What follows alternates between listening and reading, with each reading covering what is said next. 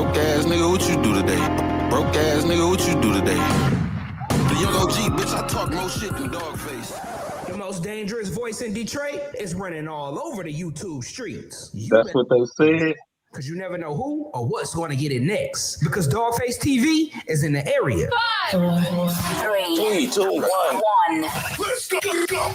5, 4, 3, 2, 1. My name is DAWGFACE Called the Wrong. I want to welcome everybody to the illustrious YouTube Streets panel. We didn't have a lot going on. And we're going to get it. Nobody likes DAWGFACE. Nobody likes Baby Doll. Nobody likes Uncle Juice.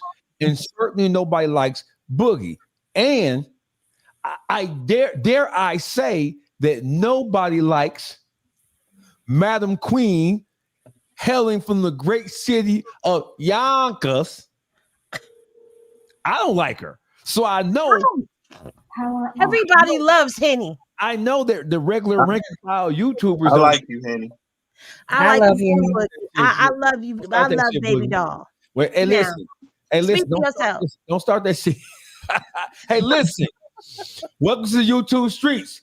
Uncle Juice, aka Beat Factory 313. What's up, Juice? What up, though? Welcome everybody and all my hosts. You feel me? Salute to Ray Benzino for grazing this platform for us. All right, Boogie. Public figure Boogie. Don't start smoking that weed already. Instagram. What? Oh, there you go.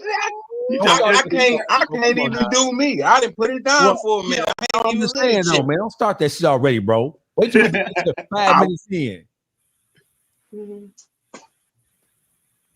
See what I'm saying? Public figure Boogie. Y'all know how I do. Time to go to work. Baby Doll So Raw. The motherfucking listen. That's my nigga. If she don't get no bigger, you hear me? Yeah, I'm done growing. I'm done growing. I'm stuck at 5'2". You don't think we know when what I'm mad? I'm 10 feet tall. I swear to God, when I'm mad, I feel like I'm 10 feet tall. We know that. And listen. Now, so this is what you last, but certainly not least. My soul sister, Angela Wimbush, Afeni Shakur, Joanne Chesimar, my Angela Davis, my favorite Negrita in the world. No other than Hennessy Reviews. Henny Low. What's popping, y'all? Shout out to everybody. Hey, what's popping, Henny gang? Throw them Henny glasses in the chat. Okay. Hey, I got some clapping for you, Henny. You got some clapping for me? That's how special we are. Hey, listen, we have a very special guest, and he's been here a couple of different times. I know this gentleman, and this gentleman, he is a part of the reason why people in Detroit have so much of a problem with me. He came to Detroit about 1.5 years ago, went down there to Mom's Spaghetti, threw the fucking spaghetti on the ground, and started talking crazy about Detroit's favorite white boy, Eminem. And then I interviewed him later, and boy, I ain't never received that much negative hate text. I mean, not hate DM, hate inbox, hate comment on YouTube. They don't like me because of Mr. Ray Benzino. How you doing, brother? Hey, yo, I don't know if I should clap for that. No, I got the clapping for you. You get hold on, I got clapping for you. I got some clapping for you. Let me ask you a question. Hey, Face, let me ask you a question. Come on. So was a lot of the blowback from a lot of white people, or like how, if you could say a percentage, how much percentage were white to black as far as, you know? It was 99% niggas and 0.5% Mexicans or Latinos. Wow. And 0.5% white people. Wow. Nigga, it's always niggas, ain't it? Ain't it always niggas? Nah, well, not for me. Now it's like 90% white and maybe 10%, 15%, 85, 15 maybe. Well, so you got the reverse hate going on. I wish I could have that. I blocked 3,600 people, and I think in about 6 months. That's a whole lot of goddamn block. Damn. So listen, How many? 3,600. I can believe it because I ain't lit like that, and I don't have the history and the career you have. Shout out to somebody just sent some money. Who that sent that money? Who that Henny, you know that's Henny money. You know that's Henny money. You gotta start. Listen, you gonna have to start sharing that motherfucking money. You not about to shake me down because what's popping? Yeah, Is this gonna be the D versus NYC? What we doing? Because you're not running down on me for my bag. Don't start that East Coast. Damn, 1999. I only got Why you counting my $14. pockets, Boogie? Right. You know, don't start that. See, Benzino from Boston, she from New York. Biggie love Detroit. Biggie love Detroit. Yeah, Biggie love Detroit. Stop I'm playing. trying to show him love, but you see him trying to run down on my bag. Come on now. No, I'm just saying, though, that's a big bag right there. I ain't got no gas. Your rich ass up, dog. Gas You money. was just on the yacht and you ain't got no gas. I don't That give nigga got some fucking gas. He just ain't got it on hand. That was AI. a black man can't be broke no more. That don't make no. I don't got no money. You know what I'm saying? Ray Benzino's in the building. What's up, Benzino? What's popping with you, bro? DOWGFACE, Calderon. I appreciate all y'all for having me, man. I'm excited. Damn. Like, yeah, for real. I you know, honestly, man, like I told you as soon as we talked about this, I was like, come on, when we supposed to do it before. Like, you know what I'm saying? I got so much to talk about. So you know what I mean? Like, let's just get to it. Okay, so listen. Somebody else just sent 220. Hey, keep on That's saying Henny. money. That's Henny. Keep on sending money over here. Selling Mama's A. Keep on sending some more money. I dare you. It's been a couple of years since the last time we talked. Ray, I call you Zeno, bro. I call you Zeno. Man, Ray, Zeno, Benzino, face. It's all good, brother. Yeah. So listen, for people who are young and was born after when you can legally buy alcohol, let me tell you briefly about who this man is. So when it comes to the annals of hip hop, when it comes to so first of all, I had classic limited edition. Appreciate that. I had the goddamn tape, right? I had the fucking tape, and it was the first tape that I'm like, when I first got the tape, you know how back in the day we old school. Well, I'm old school, so I used to open up the paperwork and read the credits and read the little bio and shit, right? Yeah. And it was like Boston, the first. I'm a fan of New Edition, but I had never heard of any Boston rappers ever. Right. So when I got the CD classic limited edition, bro, I'm listening, right? And then I'm like, okay, so I'm reading the credits and shit. So I put that motherfucker in. That was some gangster shit. Yeah, man. The whole tape played like they don't even make music like that anymore. But the whole tape played like a fucking Scarface movie or King of New York, song after song after song of balling and fucking niggas up. So I didn't even realize that Benzino from the group was the same Benzino from the fucking Source magazine. Yeah. It didn't hit me right away until I saw a review, because you know I used to read the reviews in the Source. You know how you used to read the reviews and shit. I looked, and then it was like, I was like, oh, this is the same cat right here. It was crazy as a motherfucker. I don't want to. We've already covered your journey, but that content has since been taken down because since the last time I talked to you, I've lost. How many YouTube pages have I lost? One or two? Two or three. Two. I lost two. Motherfuckers reported my page openly and said that's what they was gonna do. I mean, I've lost about at least 12 Instagram pages. I had 1 million followers. Same thing with Twitter. 700,000 followers wiped out. So you know, it's all, you know. I understand, brother. I understand. It's a part of the business. So, because you know, you have been so we've covered a lot of territory, so I'm not going to go over all that stuff again. But when it comes to, I want to start with the whole Diddy trial. Okay. Because we talk, but we haven't talked online like this, right? Absolutely. You were not surprised when I talked to you before. You were one of the first people who before Diddy even got, I call him Daddy Love. Right. Before Funk Dr. Love even got indicted, you were one of the first people to tell me, hey, dog, watch out. They coming for Diddy. Yeah. You know what I'm saying? And you like, there's no way with all of the stuff that because you like, he has shit on everybody. Right. So when he did get indicted,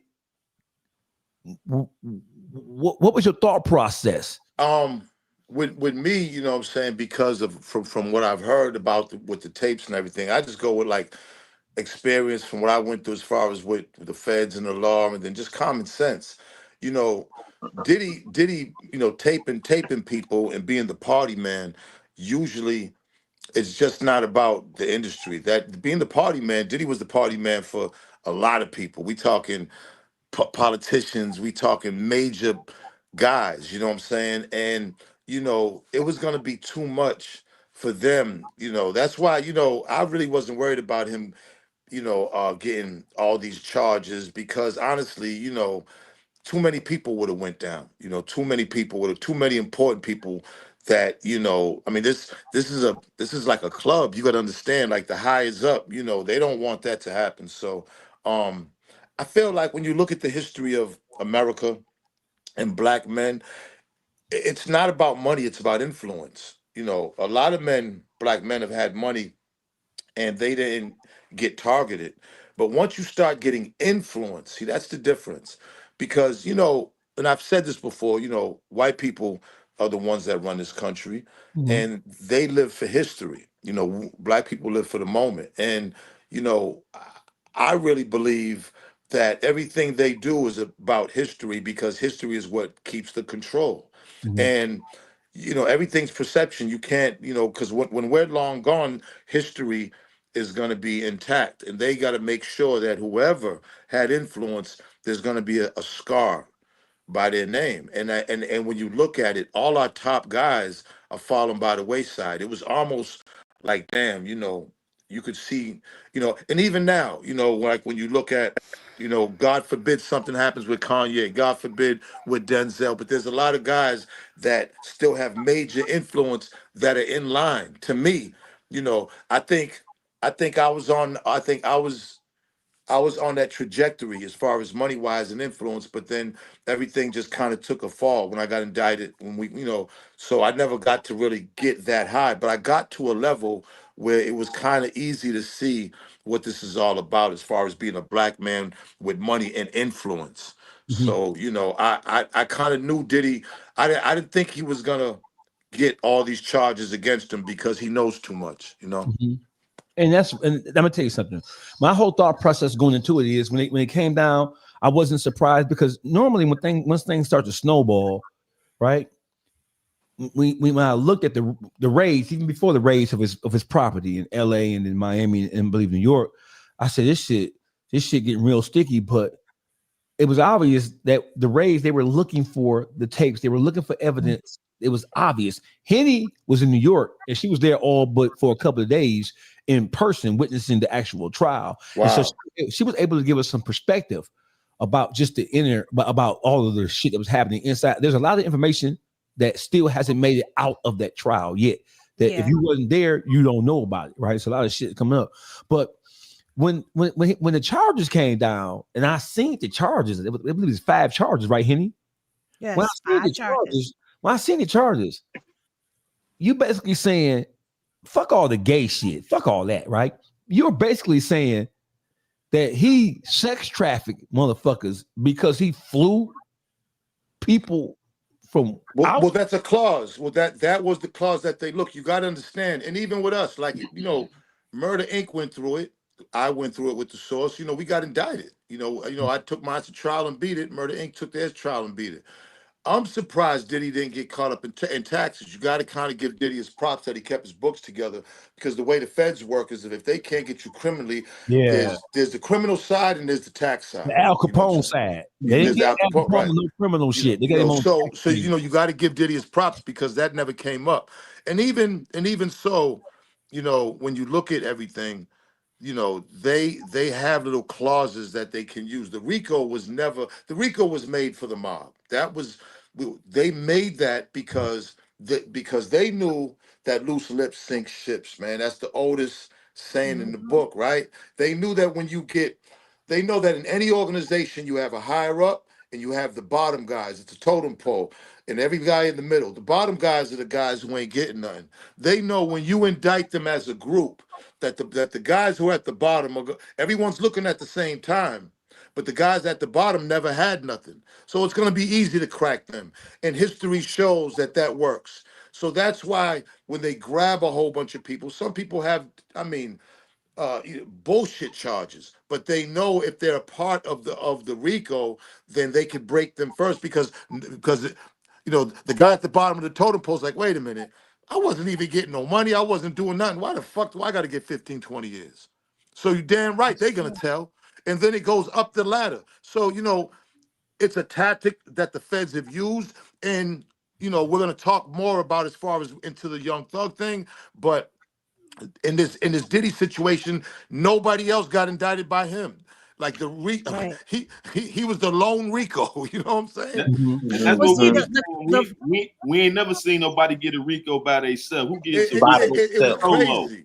That's not true. Historically, there have been single man RICOs, but the problem with this case was the way they built the hierarchy, right? It was Diddy at the top. Then you had the assistant KK. Then you had the security guards, and they were looking at the assistants as the foot soldiers. So that's how they were building the pyramid of power. That's what I call it, the pyramid of power. Yeah. Now with KK, they were saying that she was a co-conspirator, but she was never brought in. Neither were any of the security guards. You only brought in 2 of the escorts. So this whole case, to me, when they first brought it, it sounded like they got him for everything. When Damian Williams had the case and he came forth and said, we've unsealed an indictment for Sean Combs, they talked about minors in the videos. They talked about celebrities in the videos. They talked about all of this stuff. But when Damian Williams was sat down and Maureen Comey took over, this became a different case, and it was based off of Cassie's lawsuit. I could tell you that's all this case was based on. Little rods. And I'm not really, because they didn't ask about anybody from Little Rods. The reason I say about Little Rods is because they was trying to say that Rod made it clearly that guys would go get the prostitutes and bring them back. So just that alone kind of opens up the door. You know what I'm saying? And my thing is, this is how the feds work, because it's how they work with us. As soon as they get something, they interviewing everybody. Once they seen those initial tapes that they grabbed, everybody on those tapes got interviewed. There are people who got interviewed that we will never know. Will never know. So the thing is, a lot of stuff didn't come out because of the power. Yeah. Exactly. And Diddy being smart, having those tapes to expose people. And you know what else? When you look at those charges, now I'm a person who's heard about RICO. I've watched, John Gotti get indicted and all those, mobsters get indicted on a RICO. So when I sat and I decided to go to this case, I wanted to understand it. So I actually went and sat down. I'm looking at the RICO. I'm understanding the 35 predicate offenses of a RICO. And I'm looking at the case and I'm like, well, how is the government applying this? And I'm looking at it. I'm like, okay, so they're using this as a predicate for here. And I built a better RICO against him than what they finally charged. Because I'm like, all right, all we heard about was freak offs. Well, y'all didn't charge him with dealing in obscene matters. That would fall underneath the lines of a RICO because it's sex that's offensive to other people. Average everyday people aren't inflating swimming pools with baby oil and Astroglide and having sex in them. Like, that's not what average people do.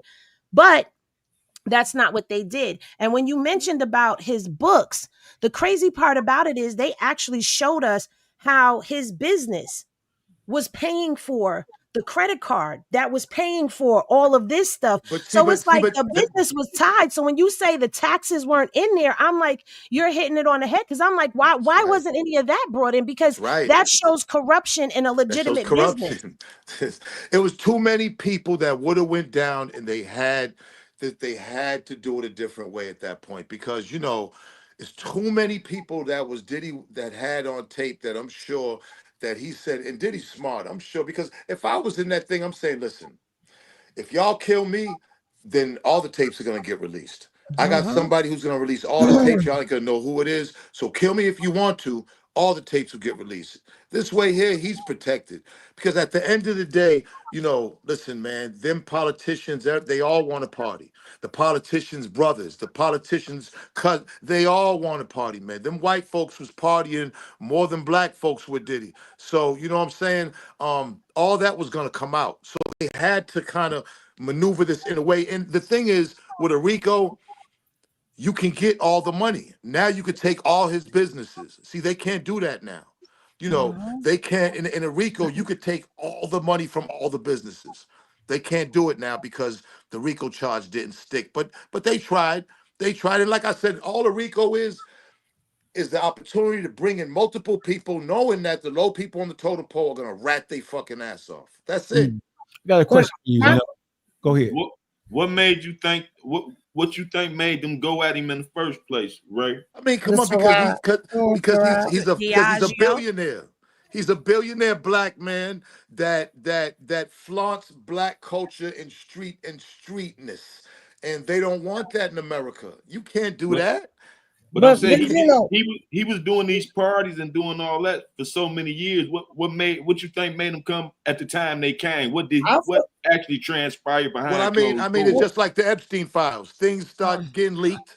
The internet. You know what I'm saying? Like, believe me, you know, this internet is fucking a lot of people up. And you know, believe me, without the like, you know, because look, even with the Epstein files, I mean, you'd have to be a fucking imbecile to know that they are trying to hide shit, that people in high ups are involved with this shit, with I'm raping them and fucking with them little girls. We all know that. Listen, so whatever was unacceptable with Diddy on these tapes, he had Diddy. See, they only had Diddy's tapes, I think, since 2009.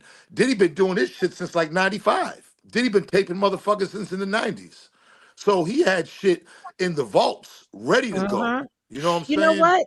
You brought up Epstein, and that's interesting because in both cases, they had multiple homes, but only selected homes were rated. The New York home was never rated. Epstein, his island was never rated. He had a home in New Mexico that was never rated. So it's like there's specific places in both of these cases where there's high profile people. When you look at both of these parties, they on the surface, they sound the same. You know what I'm saying? We didn't bring no minors into the case. So I have to say allegedly, according to rumors in the streets, that's what was going on. But it's basically the same party, probably the same people. So of course we're talking Leonardo DiCaprio. Right. They can't have Leonardo DiCaprio. See, you gotta understand one thing about the higher ups, they got their favorites. When they watch movies, they got their favorites. They're not gonna let nothing happen to Leonardo. Over some niggers? Over some Hell niggers? no. And then, look, on what you said, you said what you think what made them even lead to this. It's kind of funny, ironic that after he sued Ciroc, this nigga about to go down. You get what I'm saying? I don't think that was it. I think that was just a pylon. Like, I think that might have been a little bit. Playing with them, he can't be playing with them Jews. You know what I'm saying? No, but look at though. But see, this is how I look at it though.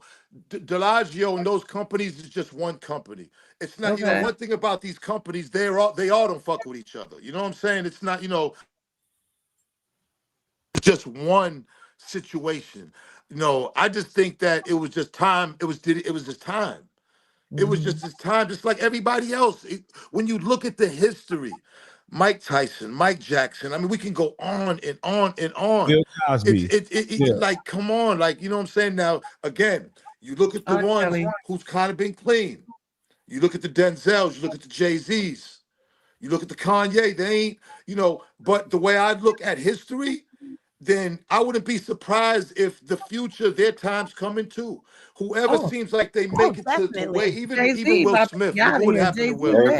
What happened with Will these last couple of years. Jay-Z up next, baby. Like I said, you could have money, but your influence, I mean, to me, Black Panther, I don't know why he died. I don't care what nobody said. Like, what's homie's name that played Black Panther? I forgot his name. I know he got a funny name. What's his name? I can't hear y'all. I don't know his name. Hold on. I know. I forgot his name. I can't. Okay, I think I gotta come back. Hold on. Oh, Chadwick Boseman. Chadwick, yeah. Chadwick Boseman. Here are the first three. You hear him, Ray? He gotta. I guess he gotta go out and come back in. Yeah, Chadwick Boseman is his name. He froze. Yeah, he froze. YouTube streaming full effect. A public figure Boogie TV. Juice, aka Uncle Juice, aka the Beat Factory 313. Baby Doll So Raw, and my arch nemesis.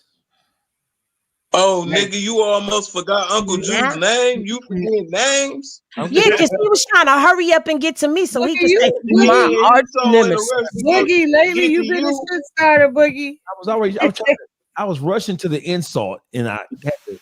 That's what you did. You see there? The Lord tied your tongue. The Lord. Yeah, rushing. When you rush to the insult, I was. Finish your point, Benzino. No, what I was saying was, who's the guy that played Black Panther? Chadwick Boseman. All right. I just think going for Chadwick Boseman just dying like that. Now, I know conspiracy theories and everything, but it's like, who at his influence, I don't think they even knew. They said, okay, we're going to give black people their own superhero, Black Panther. I don't think they knew it was going to be like that. Mm-hmm. I don't think they knew Wakanda was going to empower us the way it did. And I think when it did, I think they said, this is just how I think, man. Like, I think his influence was so off the chain that I don't know. Like, all of a sudden, he just had a disease and died like this. Yeah. Instantly. Right. He didn't even make Black Panther 2. Like, no. Because it was waking the people up on a metaphysical level. There was a lot of metaphysical metaphors in it that was speaking to people, and it was waking us up. It was shaking it up. So yeah, they had to do away with that. There was a lot of medical metaphysical. Look it up. Hey, first of all, keep the big words under 2 syllables and all that. Why don't you go get a dictionary and keep it next to you? Now, Benzino, we got to ask you this because you was an insider. You've been on that level with the insiders. When you get to that level, like a Puff Daddy, Jay-Z, now they make you have a handler. Do they make you have a handler? They put somebody over you. So look, I can say this. When me and Dave had the source, and I'd say probably the 2000s, and when we was at our peak of making money, we was making a few million a month off of advertisement. I mean, it was just, the record. I had an album deal that was like, they gave me 800. I mean, it was just a lot of money coming in from a lot of places, right? So I'd say our peak. Now that lasted about 4 or 5 years, that particular shit. So I'd say our peak, right? There was times where people would, because me and Dave's relationship at the source was kind of like this. The whole time at the source, my 18 years at the source, I never had an office ever. Like, you know what I mean? We had a huge staff, 60 to 80 people, you know what I'm saying? Maybe so. Like, my thing is, Dave was more administrative, where I'd be out in the world.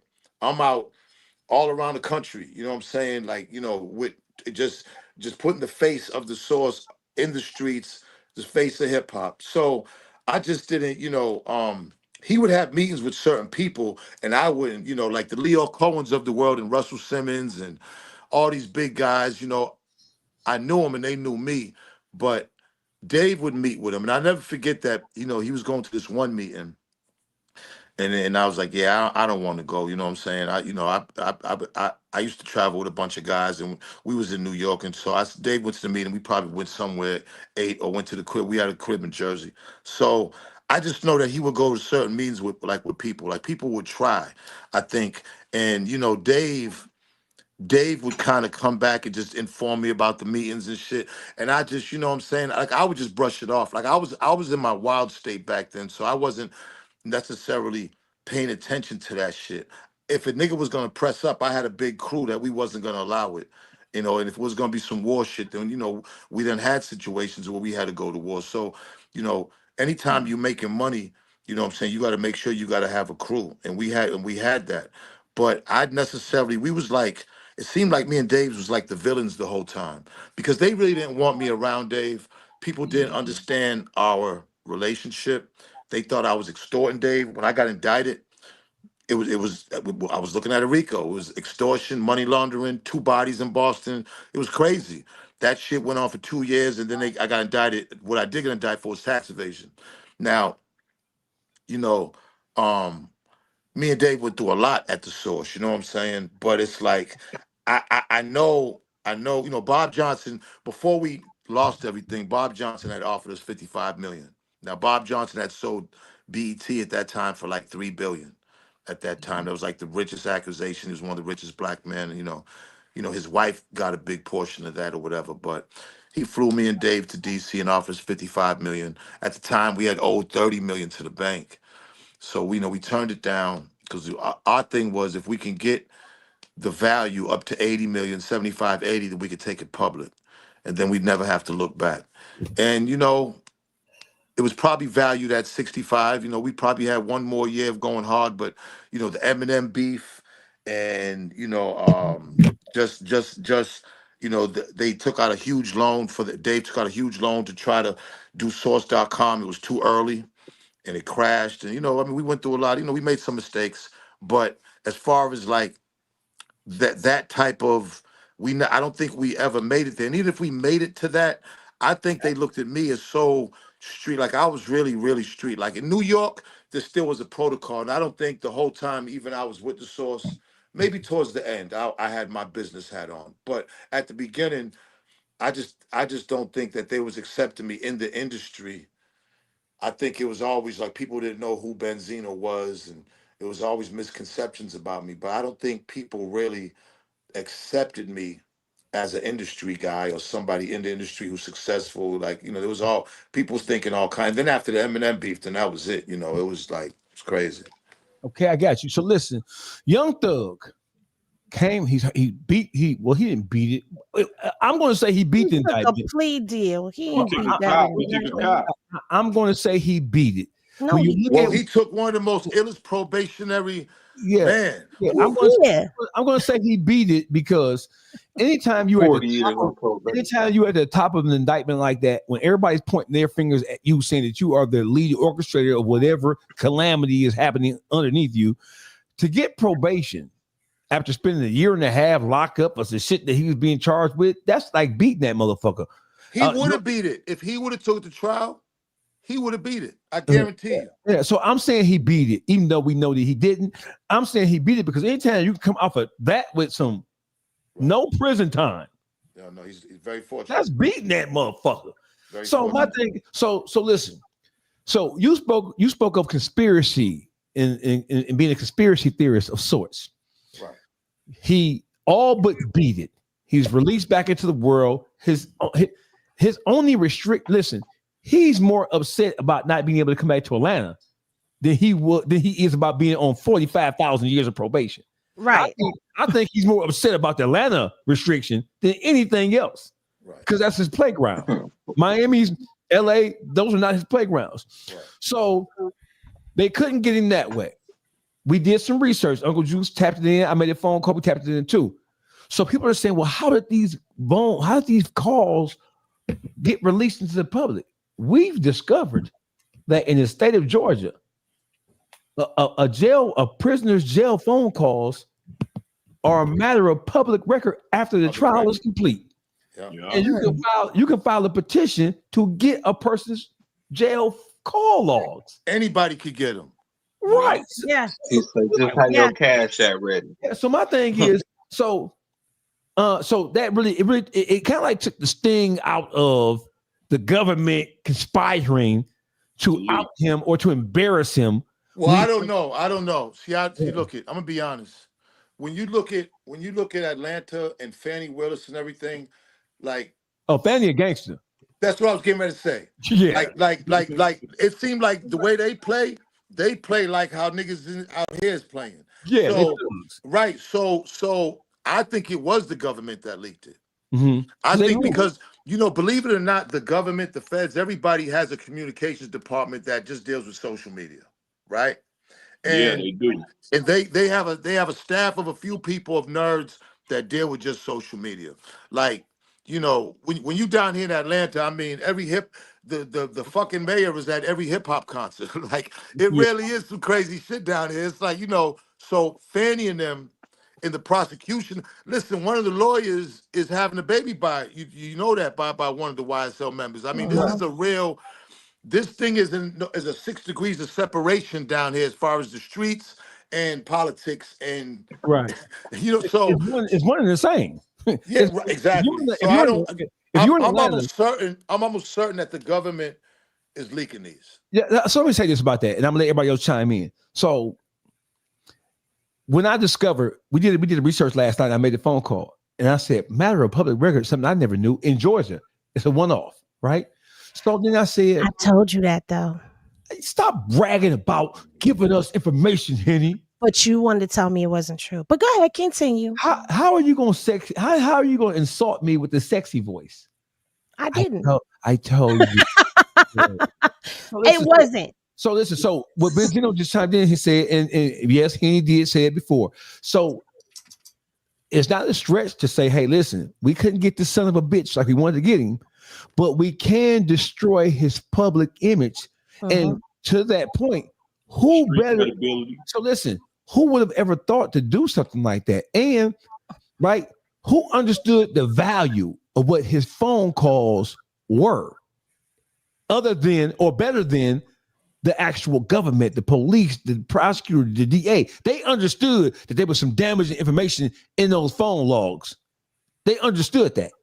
Well, they're trying to. Well, they know the stipulations of his probation, and they really are trying to bait him to fuck that up. They want him to say some crazy shit or get involved with some crazy shit, and I hope he's smarter than that. To me, if I was advising him, I would stay the fuck off the internet for the next year.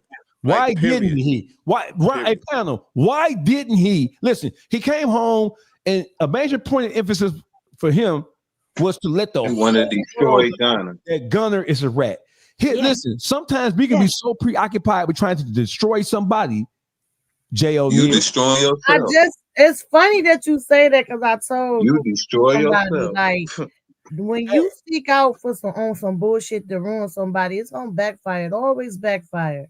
Hey, I just said that. Yes, you did. So voila, magic, nigga. He was so preoccupied with trying to destroy Gunner. He was upset at Gunner's initial success when he came home and he went triple platinum and sold out every arena from the Barclays to fucking Vegas. He was so upset with that instead of focusing on himself, right, that he went head first in trying to call him out. And somebody made a point earlier where I says that, like, I think we're focused on the wrong thing when it comes to, and I think when we say we're focused on the wrong thing, we are even still not focused when it comes to that. Listen, you come home and so what we have millionaires who are preoccupied with trying to destroy other millionaires and to use their power and influence and their friendships to destroy you. Young Thug, a millionaire.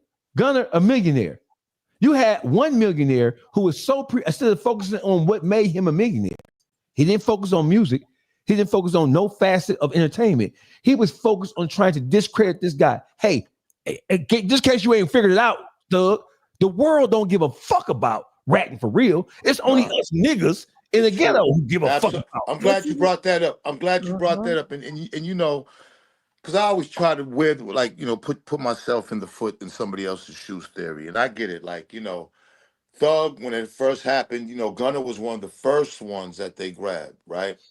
And, you know, again, you know, I try to put myself in people's shoes. And now I'm in Thug's shoes right now. This is the very beginning of the trial. And the very first guy that they're bringing up, and this was calculated on the prosecutor. And this is how they get us. They divide us like a motherfucker.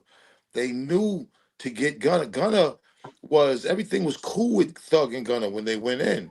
You know what I'm saying? But Thug knew that somewhere Thug had to know that you know, Gunner is the breadwinner right now. You know what I'm saying? So at least if Gunner get out. But I'm sure that they wasn't together in the cell. So when Gunner did what he did, and this is what Gunner did, and we have to, come on, everybody even though, like, nobody cares, I'm just saying, put yourself in Thug's shoes at the moment. When he heard that Gunner, when they said, is YSL a gang, it seemed like they asked Gunner first. This was the first thing. And he said yes. That shot a dagger through Thug's heart. You gotta understand that. People have to understand it, because in Thug's eyes, Thug's like, God damn, why'd you say that? Because at the end, once you say that, then that's the open door. It's cracked. He didn't, it's not like he just, hung him. But once you say that, and once the top nigga on the label establishes it at a gang, well, now the prosecutor can go right in as a gang. And I know Thug wasn't, obviously he didn't know Gunna was gonna do that, obviously. So people gotta put yourself in his fucking shoes. Like, that surprised him. And that shocked him. So now I'm sure once that happened, the miscommunication was fucked up, because maybe Gunna could have somehow, I know they wasn't able to talk to each other, but through the lawyers, a communication could have been, look, let me just get out here. Maybe Gunna did. One thing I noticed about young niggas do not know how to communicate other than street shit and what they're doing, street shit or hip hop shit. When it comes to communication, like real communication that should have took place after Gunna did that, Gunna probably didn't even know how to approach Thug after that. And the miscommunication got worse and worse till once the public got it, it was already fucked up. So, I mean, let's all, it's easy to throw darts, but try to put your shoes and try to put your feet in Thug's shoes at that moment when he's in jail, and the first thing he heard, the very first, was Gunna just fucking said that the thing was a gang. That wasn't planned. So, it's easy to say, damn, Thug was mad, but I mean, I'm gonna be honest. I would have been pissed too. Like, this is what they do though. This is why RICO fucks us up, because it is meant for niggas to fuck each other over. Friends, family. Yeah. So, Thug was disappointed and fucked up after that. Now, how he handled it, obviously, we're listening to the tapes. Now, when you listen, let me tell y'all something. I've been in this game 40-some years. I've been around some of the most incrediblest producers and artists you can ever think of. Done features. I mean, the biggest guys you could think of. 99% of these niggas' conversation only be about industry shit. Niggas don't talk politics. Niggas don't talk about their families. All niggas talk about, and this is before the shade room, before internet, all niggas would grab the source and look through it. All niggas talk, niggas when in those studios, when you're in the studio or in the hotels, or when these are their peers. All they talking about is each other. So it's not uncommon for motherfuckers to talk about, man, well, shit, he's on the charts, and that's all these niggas do is talk about that. So when Thug's saying that, I'm not even tripping on that. I'm more pissed off is how come nobody is saying that this shit is so unconstitutional for your private conversation to go through a fucking system to come back out for the public to hear. How come there's no civil rights lawyers or anything challenging this? Because to me, there is no more worse violation of somebody's fucking rights than that. So, I'm not, with the shit he's saying, this is common practice. You could guarantee that every motherfucker, every actor, every rapper, everything is sitting in the studio talking about some gossip over another actor or rapper. That shit is common. Yeah. And so listen, that's why in the YouTube streets, we've been critical of him to an extent, but we all recognize that, hey, these are this man's personal thoughts. So, and we know that we have our own like I hated Baby Doll. So my personal thoughts about her is fuck her. I don't like Juice. Juice is an asshole, right? I don't like Boogie. Of course, everybody knows I don't like fucking Boogie. And Henny, I talk about her. Me and Boogie talk about Henny behind her back all the time. But it's hypocritical, Face, because you know what? Everybody that be in these comments, everybody in the comments that be talking shit is loving this shit. So that's being hypocritical. They loving it. They loving this more than the music. But that's true. But I could say for me, the thing that was bothersome was that interrogation room audio. That was more like, dang, bro, you gave them your phone number? Well, hold on. Let me say for that. Now, let me say with this, all right? You got to understand, like, in these streets, right, these people, these feds and everything, they trying to be real slick with it, like when they talk to you. Motherfuckers can throw them the fuck off, right? You got to be slick. You can throw them off. If you ain't on the stand and point nobody out or whatever, like the shit that Thug said, I listened to that shit maybe 15, 20 times when he was in the back of the car about Woody and them. To me, that was a throw off. Like, he wasn't saying, yeah, Woody shot the nigga, killed the nigga. He's throwing niggas off. Like, I get it. I know how it sounds because it happened with me and my nephew. It was the same shit. The same shit Thug going through, I went through with me and my nephew. When my nephew shot me at going to my mother's funeral, right? So I'm going to my mother's funeral. This is when Love and Hip Hop. Now, prior to that, how that happened was some shit happened where my mother's house credit loans had been taken out. I found out about it, but I'm not thinking about hurting anybody or hurting my family. Obviously, he must have been thinking different. All right. When I went up there, I went to the wake and I wanted to go to see my mother. I went early, see my mother, and then I was flying back to Atlanta. All right. I wasn't going to the funeral because I felt something wasn't right. And I wasn't gonna have all this madness at my mother's funeral. Now, my nephew, I brought him up. This is my first nephew. He wanted to be a DJ like me. I did everything for him, took care of him. All right. He's never had a felony. So as things go on, I'm getting ready to leave to fly back. I get a call from Stevie. Now, my mother's Cape Verdean. Cape Verdean people live out in the Cape. The Cape is an hour away from Boston. She was going to be buried out in the Cape. Now, mind you, I wasn't going to the funeral. This was Saturday. I was leaving Sunday morning, flying out, got my ticket. The funeral was going to be Sunday. Stevie called me, said, hey, I'm out here. What you doing out here? I'm out in Plymouth because I was going to your mother's funeral. I want to surprise you. I said, I ain't going. He said, what's the matter? I said, yeah, it's just too much. He said, damn, I took a cab out here like an hour away. I said, well, sit there and I'm going to come get you. So I drove out there. As I'm driving out there, it's Route 3, the whitest highway you can imagine. Now, again, this is Plymouth County. Plymouth is where the Rock is. Remember Malcolm X? Plymouth Rock didn't land on us. We landed. That's where it all started. The Pilgrims and everything. You can imagine how white this county is. All right? They drove. I'm driving. I see a funeral procession. It's only a two lane. I'm on the left, right? I'm driving, and I see the procession. I'm like, oh shit! I wonder if this is my sure enough. I'm looking at all the cars, bunch of Cape Verdean people. As I pull up, next thing I hear shot, pop, pop, pop, pop, pop, pop. So I'm hit. Now I've been shot before, you know what I'm saying? So I'm at this point, I'm like trying to get out of the, I'm trying to like get out of the way of the shots because they just kept coming. So I'm on the highway and I kind of 180'd it and I came back and then I crashed into a tree because my arm gave out. Now I knew I didn't get shot in my chest because I kept breathing. So I felt like, cool, I'm good. I can jumped out the car and I'm running. It's a true story. I go to the hearse and all I remember was a finger locking the hearse, right? I don't remember. I couldn't even know who it was. I just remember the finger locking the hearse. Then I went down a couple of cars and my cousins, I jumped in, my Auntie Geneva's daughters, and they're screaming. I'm bleeding all over the place. I said, you got to go over the median and go the other way because the exits are far. So they finally did it. They were scared. These ain't street people. So they were scared. I'm driving there. At that moment, my nephew called the police. He was the first one to make the call. It's in the paperwork. And said, I just shot a man. And he said who I was. Now, I got a bad reputation in Boston. I left years ago. And he said I had a gun. By the time when we got off the exit to go to the hospital, I got pulled over by state troopers. Now it's raining. They pulled me out the car, stripped me naked,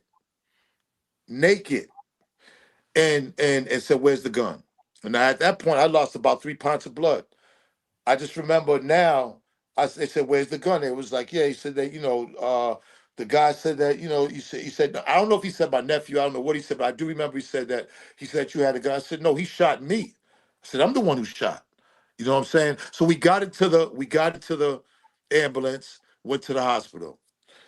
Again, when they came, see, and I know the system. See, I know it has to go to a grand jury. It don't fucking matter what you say to a cop or a detective. I know niggas that said shit on murder cases and flipped it inside the courtroom on the stand on their ass. So you gotta have some sense. So I knew I had to go to the grand jury, and I knew I wasn't gonna snitch on my nephew, but I'm still trying to see what the fuck he's saying about me. So When it came time for the grand jury, he made some statements. I made some statements before that. When I went to the grand jury, that's the witness. That's the jury that's going to be at the trial. Now, the prosecutor, they got 7 other witnesses because he shot me on a funeral procession, broad daylight, 1 o'clock in the afternoon on a crowded highway. There were people that, I mean, this was a major thing. People watched the whole thing. So there was 7, 8 other witnesses. I don't know who they was. When they pulled me in the grand jury, I was in there and I said, I don't know what happened.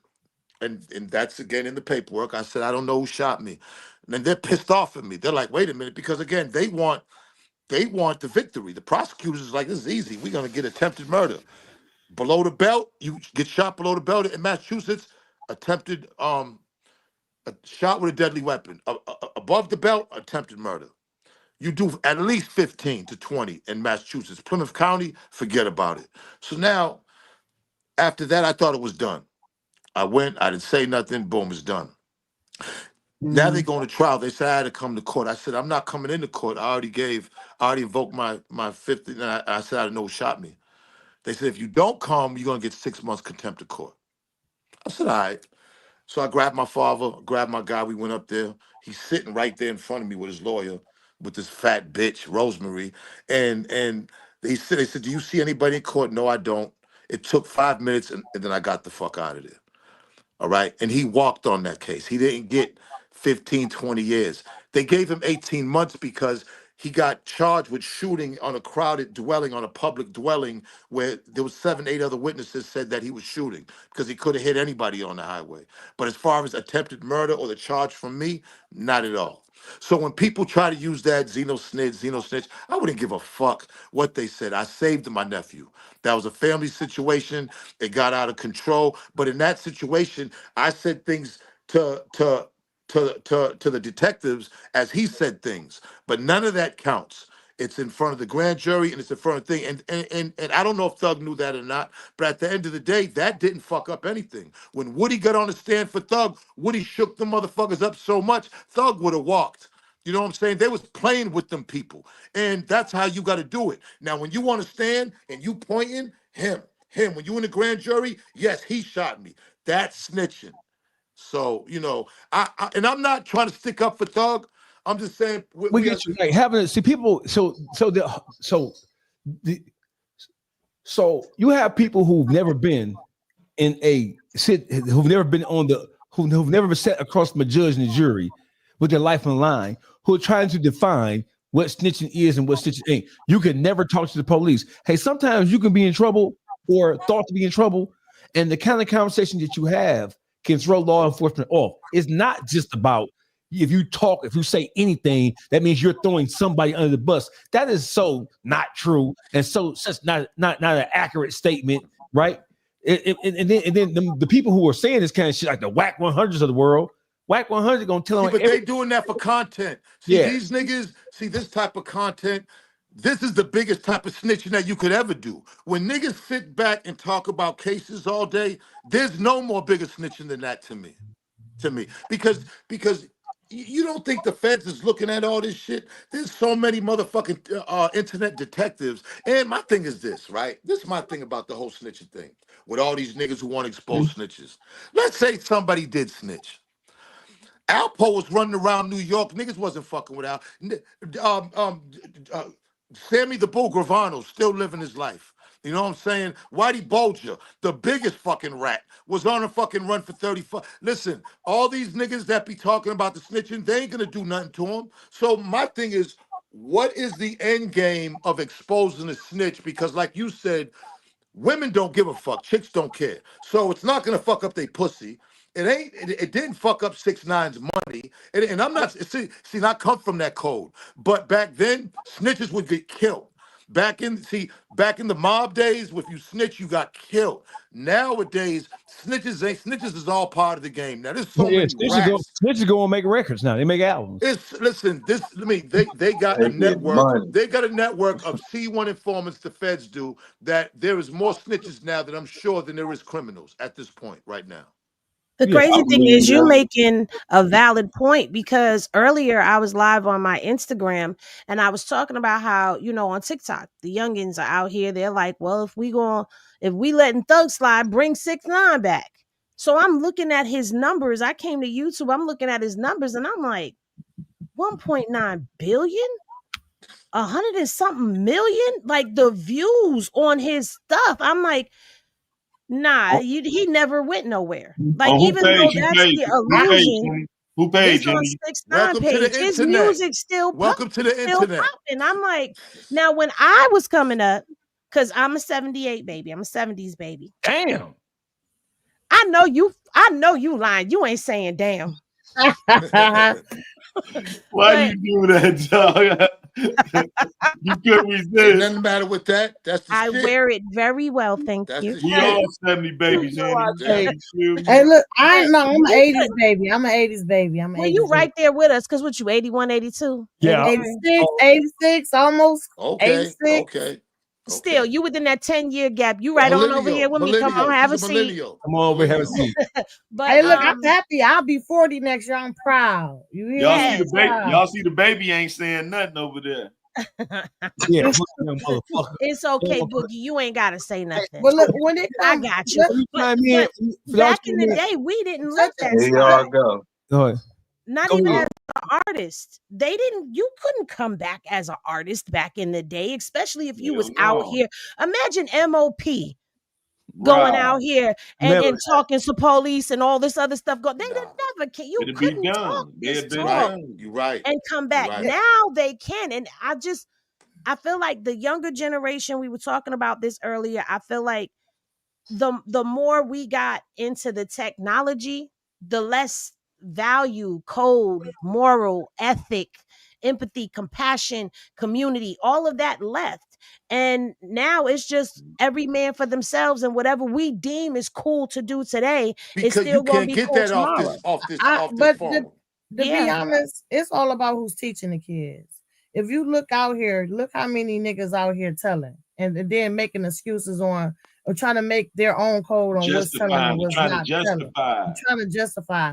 As far as it's just more of like, you tell, he'll say, oh, this not me telling because I'm doing it this way, or because I didn't say. It's like, I just had a situation. I'm trying to say it right. It was a situation where the guy called me and he like, I'm about to Jay O'Neill. He calls me, say, you know what, I got something to tell you, but you're gonna laugh at me. He was take down a post on him and all his homeboys, or I'm taking the dick pics that he sent to the police. You get what I'm saying? So it fucked me up because I'm like, wait a minute. Hold on, he been saving men's dick pics and shit on his phone and shit. Right. I told this nigga, I said, Jay, it's been 2 years, nigga. Why now are you choosing to want to go to the police about some dick pics, And he said, no, he just sent me one. So, but it's a couple of us just taking our dick pics that he sent, and we're gonna try to. He didn't say. He said, I want to get him on the sex offender list. So so that's what makes it okay for him to snitch, because he been tearing my name down. He been coming for my peoples. He came on Cooper Street, all this bullshit. But you just put out paperwork saying DAWGFACE was a snitch, where if you read the paperwork, anybody read that shit, you could tell. It says clear and dated, DAWGFACE is not a snitch. He just denied the allegations that the man said towards him. He lied. So that don't make him a snitch. But then you turn around and counteract and say, I am telling. I don't give a fuck, bitch. I'm telling. I want him to be on a sex offender list. And then that's now it's but I'm like, that's some bitch shit. That's snitch shit. You know what I'm saying? That's some people bitch are sitting shit. back laughing at us. They're laughing at us on how this shit is affecting us. This shit is so ridiculous and so fucking stupid. Because first of all, you should never merge the streets with social media. I don't know how to like that. That right there is, once you merge the streets, then to me it's not the streets anymore. Once you merge street business to this, it ain't the streets no more. So you know what I'm saying? So like, people, the problem is people are taking their street shit and putting it on here because that's all they got, and that's what they get attention from. You know, we didn't want our street shit televised like that because you know, we don't want our bodies, we don't want our problems, our beefs, we don't want to show our monies and like all. I mean, to me, the feds don't have to do shit but just get 2 rooms full of motherfuckers with computers and just watch niggas talk shit. But that's what they do. Everybody want attention. So listen, everybody y'all want wonder why the attention. kids ain't got no, don't even understand. So, I'm a lightning rod, not just in Detroit, but probably across the country, right? So a motherfucker in Detroit told me, he was like, don't want to see me shine at all. So motherfucker told me, motherfucker said, Benzino, motherfucker told me, like, nigga, you don't sell dope. You ain't no street nigga. You don't sell dope. You no real nigga. I said, what? I said, my nigga, if I did sell dope, I wouldn't come on social media and say I sold dope. And tell them myself. I'm not no nigga. What? I say, so in your mind, I'm not a real nigga because I don't sell dope. I ain't moving work. Is that what you saying? Like, yeah, you ain't in the street for real? Nigga, you've been in the street for 25 years and you don't have shit. And I bet you they'll get up on one of these podcasts and self-snitch on themselves. Because that's what everybody seems to be doing pray now. for them niggas. You gotta get away from them niggas. talent. You gotta get away and pray for them niggas. Because you gotta get away from them type niggas. Because to be honest with you, in 2025 and moving forward, you really gonna have to separate yourself from this ignorance. Because that shit, you know, honestly, because it's to the point now where it's just too much, like, you know what I mean? Like, for real, because that's what I do. I don't like when I don't even sit and debate with niggas and anymore. I just, you know what I'm saying? I shut the fuck up and keep it moving, man. Yeah, real. and I'm glad you said that because we've been talking for quite some time now. But Benzino, you have been in headlines news a couple of times in the last couple of months. Yep. What the fuck is your problem? You don't know how to play well with others, Benzino? Shit, man. I don't know. You know, with me is like, again, it's hard coming from where we come from without the internet and trying to adapt to the new way of disrespect and the new way of how the internet is. Now, I've come a long way. I've done a lot better. I still got a lot way to go, but I know how to maneuver this now too. You know, I don't take shit too much to heart. The shit that people want to like, you know, like when you have their platforms, they want to go for the low hanging fruit. You know, I think what people need to understand is this is all done through advertisement.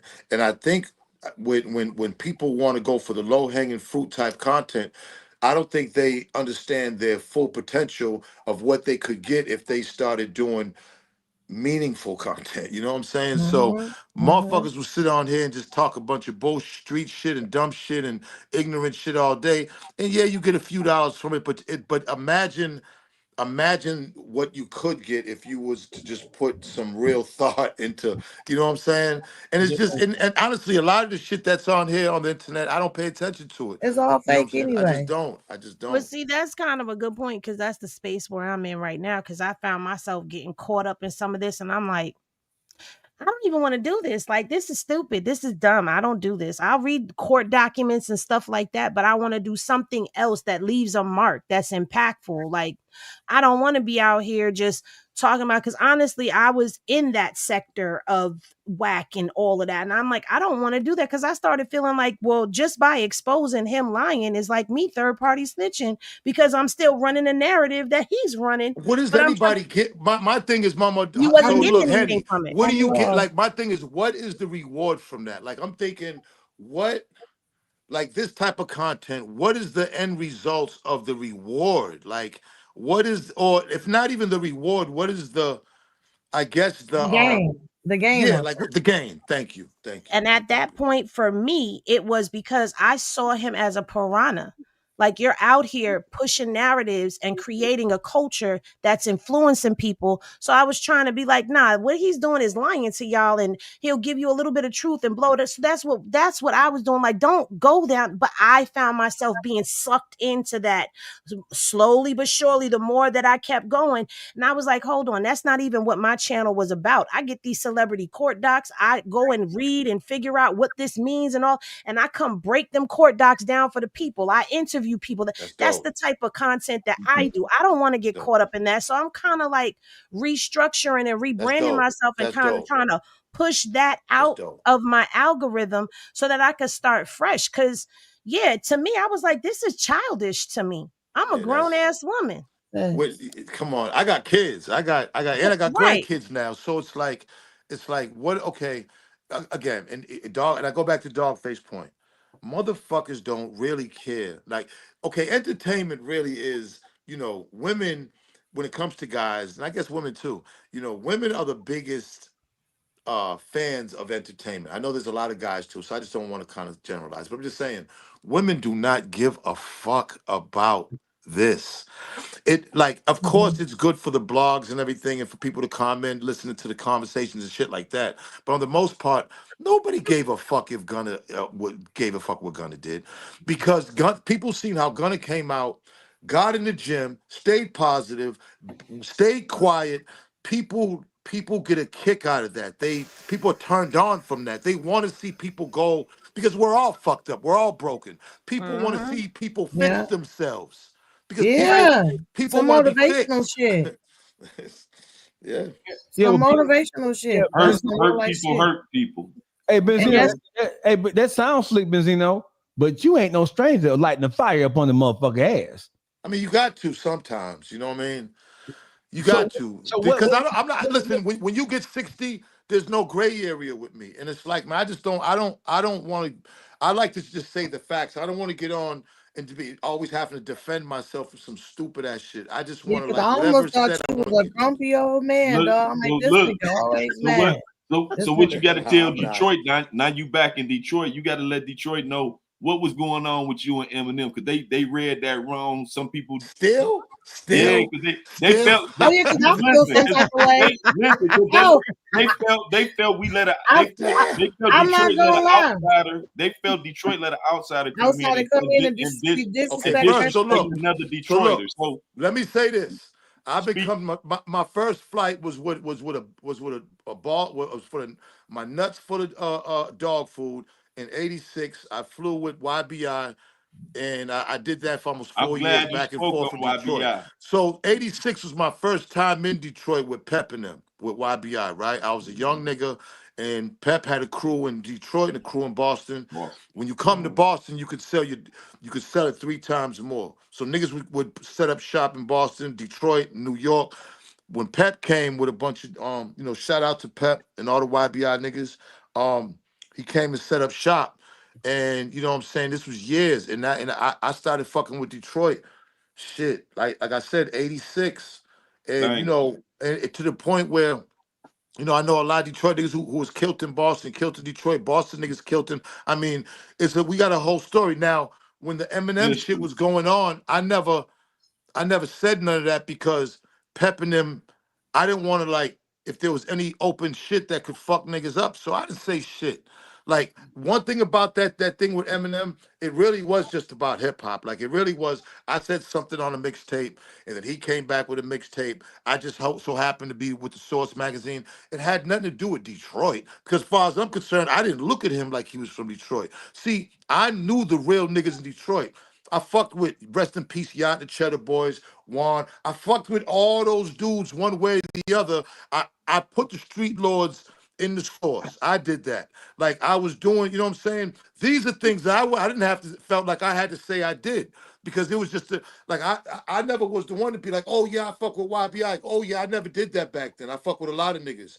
You know what I'm saying? I felt like I didn't have to do that. Like, I didn't need clout or nothing. Like, I was getting money with these niggas. So when the Eminem shit came out, it wasn't, I never felt like it was me against Detroit, because I never looked at him as Detroit. Because Detroit, I mean, let's keep it 100, right? Detroit might be, well, at least back then, probably. Damn, he lied. Mic check 1 2 1 2. This is the YouTube. Hold on. Public We're not doing that. Boogie. No. We got a question for you in the chat right now. For who? What question is that? They said, don't DAWGFACE have a boxing match? Baby Doll's my press secretary. I'm gonna let her handle that. Actually, at this moment, no one is willing to take the stand to fight DAWGFACE. We have no Baby opponent. True said he'll fight me though. Baby True Okay. is playing. He's Y'all bullshitting. go find somebody for him to fight. Go, y'all go press 600. I want to see you fight 600 because I know you'll whoop his ass. Slow, lethargic ass. Did you just see him fight that motherfucker? DOWGFACE. He took a knee. I can see how He quit. That motherfucker quit. That motherfucker quit. Baby Doll, what you say?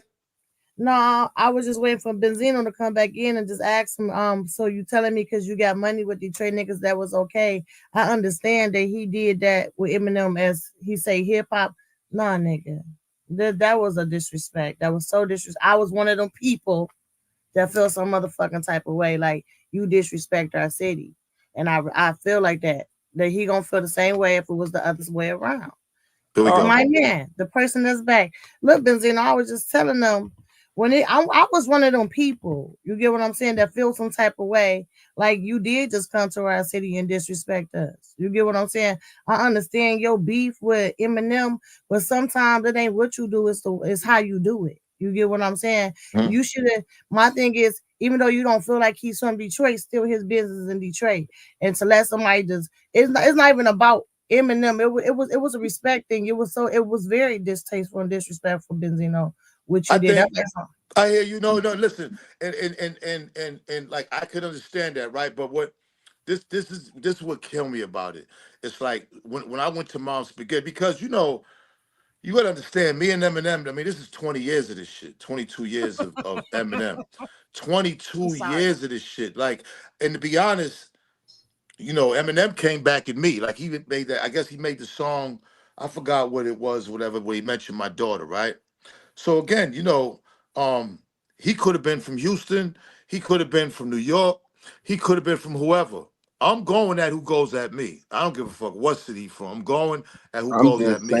Now, the thing was, I know for a fact. See, I never felt like it was a big thing because when I was in Detroit, I'm with mad niggas. I got mad family and niggas in Detroit. Now I know how it looks because of social media.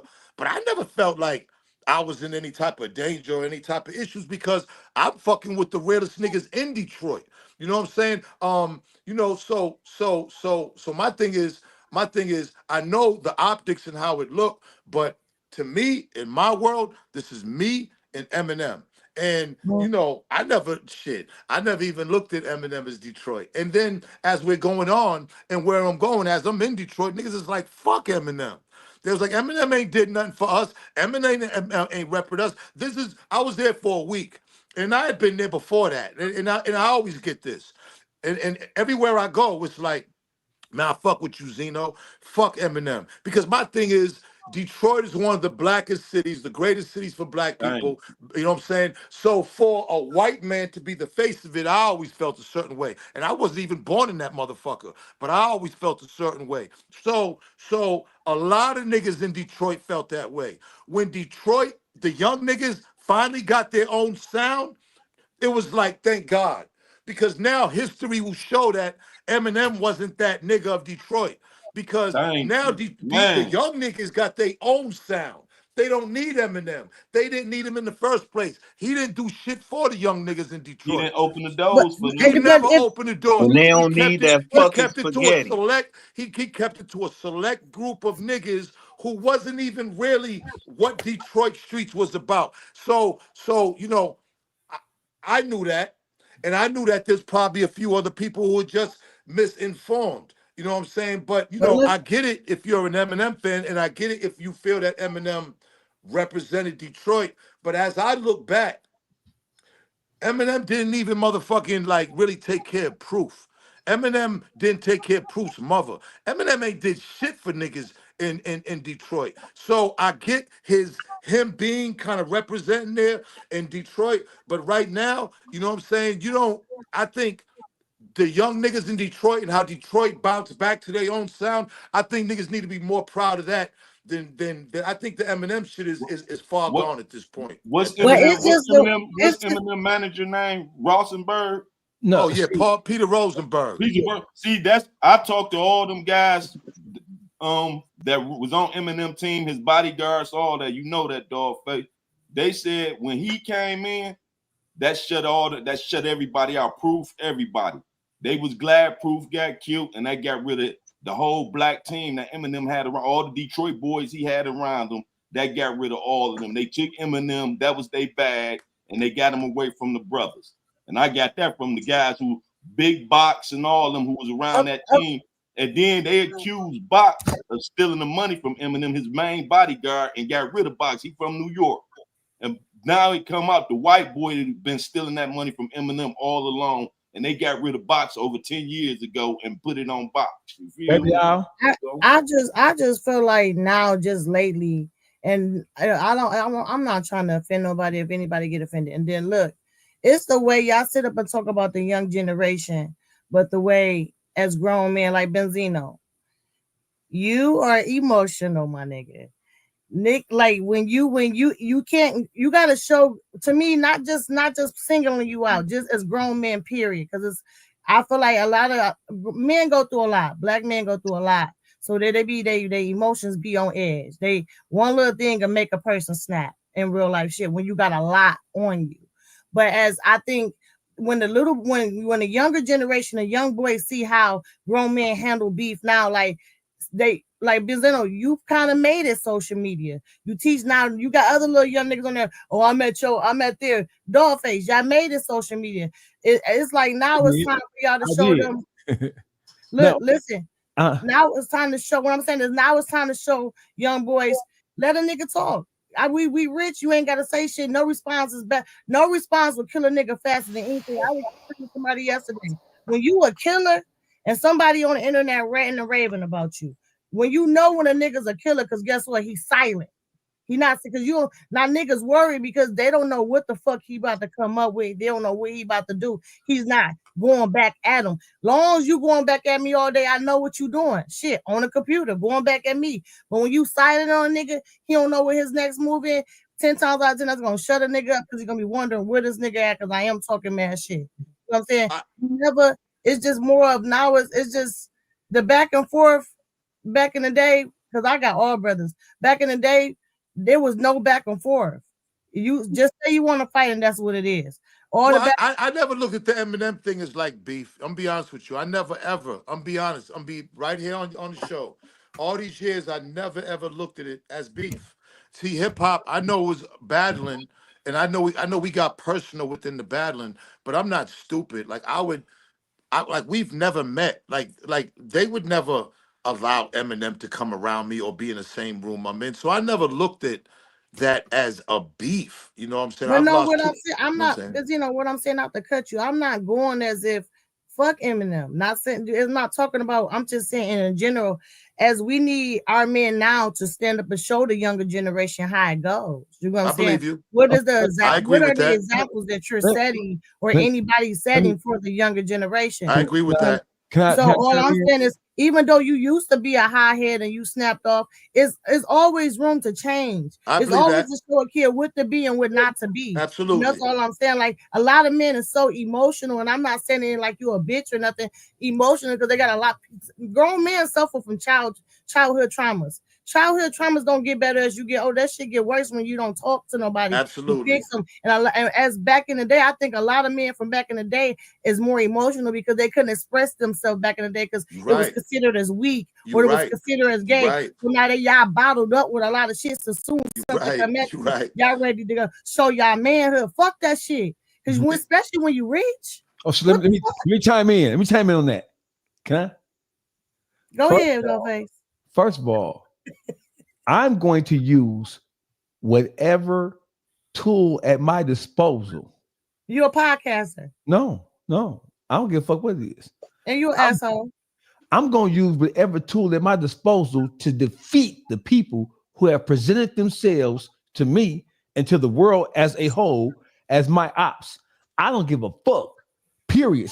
I talk about your mama. I will dig your mama bones up and throw them all over the fucking street. I ain't fucking playing with you. Listen, I don't give a fuck. So listen. So that's why it's gonna be a lot of kids out here fucking fucking nutty. It's gonna be nuts. Anyway, they fucked up anyway. And you hoping you tell them it's good. Throw their mama bones. And listen, that's what I'm gonna tell the kids. Listen to your parents. Don't listen to me. Cause I ain't got nothing but gangster shit for a nigga. DOOL, you a bully. I'm not no bully. The younger generation don't listen. Majority of them. There's some of them that do, but majority of them don't listen. When you try They're to more talk to them, visual. they don't hear you. They, I know 'cause they that, don't but hear they, you, they still see. don't. They go off what they see. I have a 17-year-old. They're more visual. Oh yeah, No, you have a great point. I have No, a no, you got a great point. You have a 17 point. and You have a an point. 18 and a 26 and a 30-year-old. And I can tell you the difference between my 26 and 30-year-old and my 17 and my 18-year-old. That's bad. Listen, what they do, what? It's vast difference between the Oh, old. I was about to say, The yeah, older it's generation different went because outside the and played younger outside. generation, but the younger ones, I could tell you this. I can tell them something today, they'll hear me today, and then they go to bed and they factory reset. And it's like everything that you said to them just went out the window. What I can say is when we do talk about it starts at home, it does, because my kids do have a good head on their shoulders.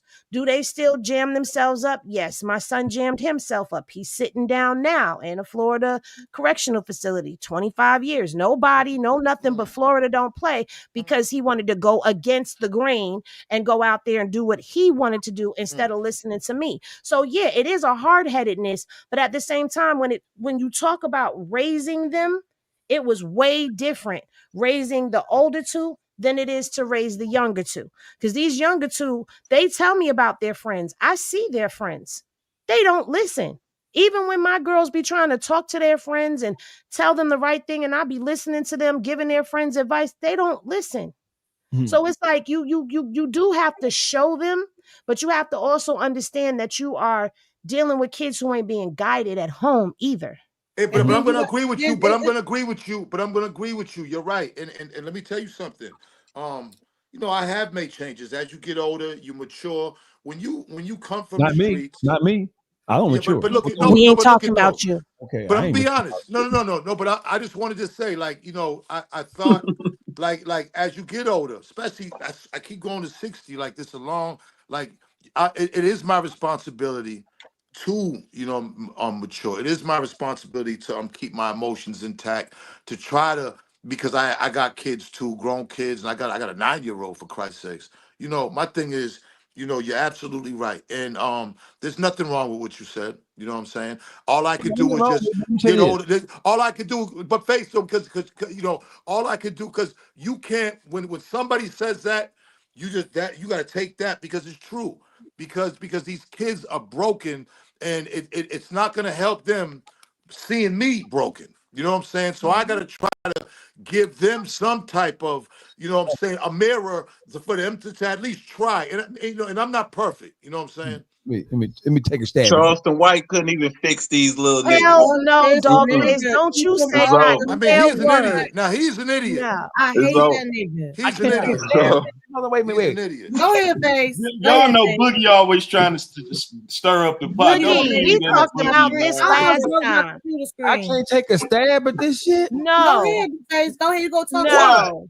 You Go teach ahead, us. Face. Go ahead, Go Face. ahead. Get Doggy his shot. Go ahead, Doggy. Okay, let's hear the Go next ahead, level get of your ignorant shit he about to say, because you know he about to Go go ahead, in. Doggy. Say something profound and enlightening. Okay, I want to hear this. Fuck these niggas. Everybody knew you was gonna say it. That's why I said let him get it out. That's why I say let him get it back out. to what we were saying, dog, Face, with your boy head ass. Listen, Let him get it and out. a lot of the big problems that I acknowledge too is you have these great parents, right? You have great parents, and you raising your kids with these values, principles, and everything. But you gotta change their environment. And that's Right. the people not understanding. Absolutely. You can't put values and put these morals in a kid in the hood with kids that have none. So now you making them look like they're gonna be the punk because they're being raised properly with a lot of animals. You know what I'm saying? So when the way you're raising your child, you have to make that environment for them. You have to change the environment for them. It's because it's levels to the shit. Like you said, Henny, it's not just teaching them, it's teaching them, changing their environment. You have to build that whole foundation of who you're trying to get them to be, or make that when you're paving that way for them. You can't raise good kids completely in the hood with badass kids. Because some you can. I mean, but it's you hard can do it. You can do I it. grew up in You can do it. projects, and guess what? My grandma did the best that she could to keep me out them streets, and I ran to them anyway. But what she did do, what she did do also was introduced me to other things. She introduced me to being outside of my hood. She introduced me to a world outside of, because we couldn't necessarily, you know, move where we lived. So yeah, so to a degree, I'm agreeing with you. But what I'm saying is, don't forget that element of, if you can't move, if you financially can't move, then you could financially save to do something to get your kid an experience. I went to camp with the white kids. I didn't like it. I didn't go to camp with the kids that I was at home surrounded with. I went to school with the white kids. I went to Catholic school for a little while until my mother said, no, I got in trouble. You know, but either way, but that's what I'm saying. That's what I'm saying. How you do that? How you do that, Henny? How you do it? How you do it? It's still changing the environment, Henny. It's still her.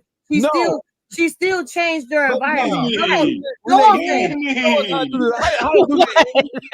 that? Oh, you from Boston? You know Boston is heavy. Father, Son, and the Holy Spirit, just Father, like Son, the Holy Spirit. It's what she said though. Your mama changed your environment. Right. Put you around different people, different things. Right, but what I was just trying to bring to the table was something different, because sometimes people think when they hear change the environment, they got to move. So I was saying, no, that's not, you know, there's other ways you could change the environment. I'm going to agree with you, but there's another way to do it where if you could save up to get your bust down 22-inch lace front every month, you could save to go take your kids to the museum. Take your kids to karate. Exactly. Take them to karate. Take them to sports. Take them to ballerina lessons. Do something. I was a nerdy street girl. Nowhere. I'm taking my money to the jewelry store. Ain't nobody asked you. I was a nerdy street girl. Okay. Nobody knew that at night I would be in the house reading books. Absolutely. I would be researching and going to the library, researching stuff, because I loved when I had to do reports. I loved doing when you had to do current events. I loved doing that. But nobody would ever know that I was turning in homework and all of that stuff. I was at a point in school where I wasn't doing homework, schoolwork, studying for no test, but I can pass the test because I was paying attention in class while I was doing what I wanted to do. So at the end of the day, you have to elevate your kids. You've got to also make sure that they're intellectual, not just throw them with an iPad or give them an iPhone or throw them in front of a device and feel like that device is going to teach them everything. No, get them a library card, get them access. Even if you got to take them to the nice downtown areas and just walk around for a little while, just show them that there's something else out there. Because a lot of these kids have no guidance, none. Most of these kids don't have a parent in the home because I'm sorry. I agree with I agree with both of them, because listen, so I have two sets of kids, the older set and younger set. When I was raising my older set, when I came home from prison after doing 17 straight calendar years, I came home to a situation where their mother was doing the best she possibly could. She was financially, she was doing well, and they were staying in Detroit. But inside that household, it was not Detroit. Inside the household, in terms of what you saw, the activities, the homework, the morals, the training, that shit was like some West Bloomfield shit. So you can be from the hood and in the hood, but you don't necessarily, you as a parent, if you can't move yourself out the hood physically, there are things that you can do inside your household to change the narrative and help guide them beyond what their experience outside the door is. Well, listen, y'all not understanding. You know what y'all forgetting though? Y'all not understanding. What about the parents? No. Hold on, dude. We understand. The point is, yeah, sometimes. Listen. So my thing was, while we were trying to better our circumstance, we were making sure that we were doing what parents are supposed to be doing. You're not gonna be out late at night. We ain't gonna have no riffraff in this house. You ain't gonna be out shooting dice in the corner. You ain't gonna be out fucking and sucking and all that other kind of shit. Not in here. You ain't gonna do that. So we applied all the strategies that a person would apply inside their household, inside the ghetto, to try to help. Now, if you stray off of this shit, then that's gonna be on you. If you stray off, exactly. Sneak your ass out the house and go do all that street shit, that's on you. Right. Yeah, our goal was to get the fuck out. Because listen, I'm the kind of motherfucker. I ain't trying to wait and see the hood. Fuck the hood. I'm trying to take this money and move my kids out to a situation where the likelihood of them getting shot in a drive-by shooting is exponentially low as fuck. And this what I'm getting at is raising your kids good, but when you got them in the hood, it's like a Christian trying to be holy, but she around 100 demons. You know what I'm saying? A person gonna say something out the way, gonna make me slip and cuss. Damn, bitch, you taking me out my godliness. You know what I'm saying? What I'm meaning is you could teach them well, but in the type of environment they have, kids is either gonna pick on them, gonna say, "Oh, you think you better than somebody because they're loved." That's what I'm saying. It's just more of the backlash to raising your child good in a world full of fucked up people. I done seen people jealous of another person because a person mama loved them. Or I got a mama and a daddy. That's the nature of a nigga. See, niggas hate everything. I hate that shit. It ain't nothing that a motherfucker could do to better than themselves or to improve their own personal circumstance that a nigga gonna like. A nigga don't like it unless they personally involved and personally benefiting from it. I'm glad you capped on that point, baby doll. I want to segue into something. In the world of hip hop, we've had legendary figures. And when you talk about environments and shit like that, in the world of hip hop, most of those got a lot of the hip hop stars and entertainers, they're millionaires. And they raise their kids up, and their kids are raised up privileged. And a lot of those kids turn out to be pieces of shit, and they were raised in the best possible circumstance that you can imagine, but you can have money and still not transfer any morals or any integrity to your kids. Your kids grow up fucked up. Benzino is in a situation where a lot of guys in hip hop who obtain legendary status, they didn't really produce anything when they offsprings. Name a rapper who from Benzino's generation who's produced a Coi Leray. No. Nobody. Run DMC don't have a Coi Leray. LL Cool J don't have no Coi Leray. But Benzino did. So for all the criticism, whether their relationship was strained, whether he was the best possible father, he's a fucking gangster. So I don't know how good a gangster could have been. A gangster gonna do what a gangster do, right? Right? Benzino, your relationship with your daughter has been strained at times, and it's been a beacon of hope at times. Tell me where you stand with your daughter now. She's gonna have a baby, from what I hear. Yeah, baby. You shared it already? Yeah. The baby's a few months old, man. She's beautiful. Oh, you pop. You pop. Yeah, pop for the first time, man. I got two now with Ray. My oldest, like 3 years older than Coi. So, yeah, I mean, you know, it's just surreal because being a street guy, being a street guy father is different from being a doctor or a lawyer father. When it comes to just parenthood, we grew up looking at the well, now I want to say perfect, but what you strive for is the wife, the husband, you're in the house, the husband goes to work, the wife's at home you're looking at, because this is what I grew up watching on TV and shit. It wasn't in my house because my father and mother was never married.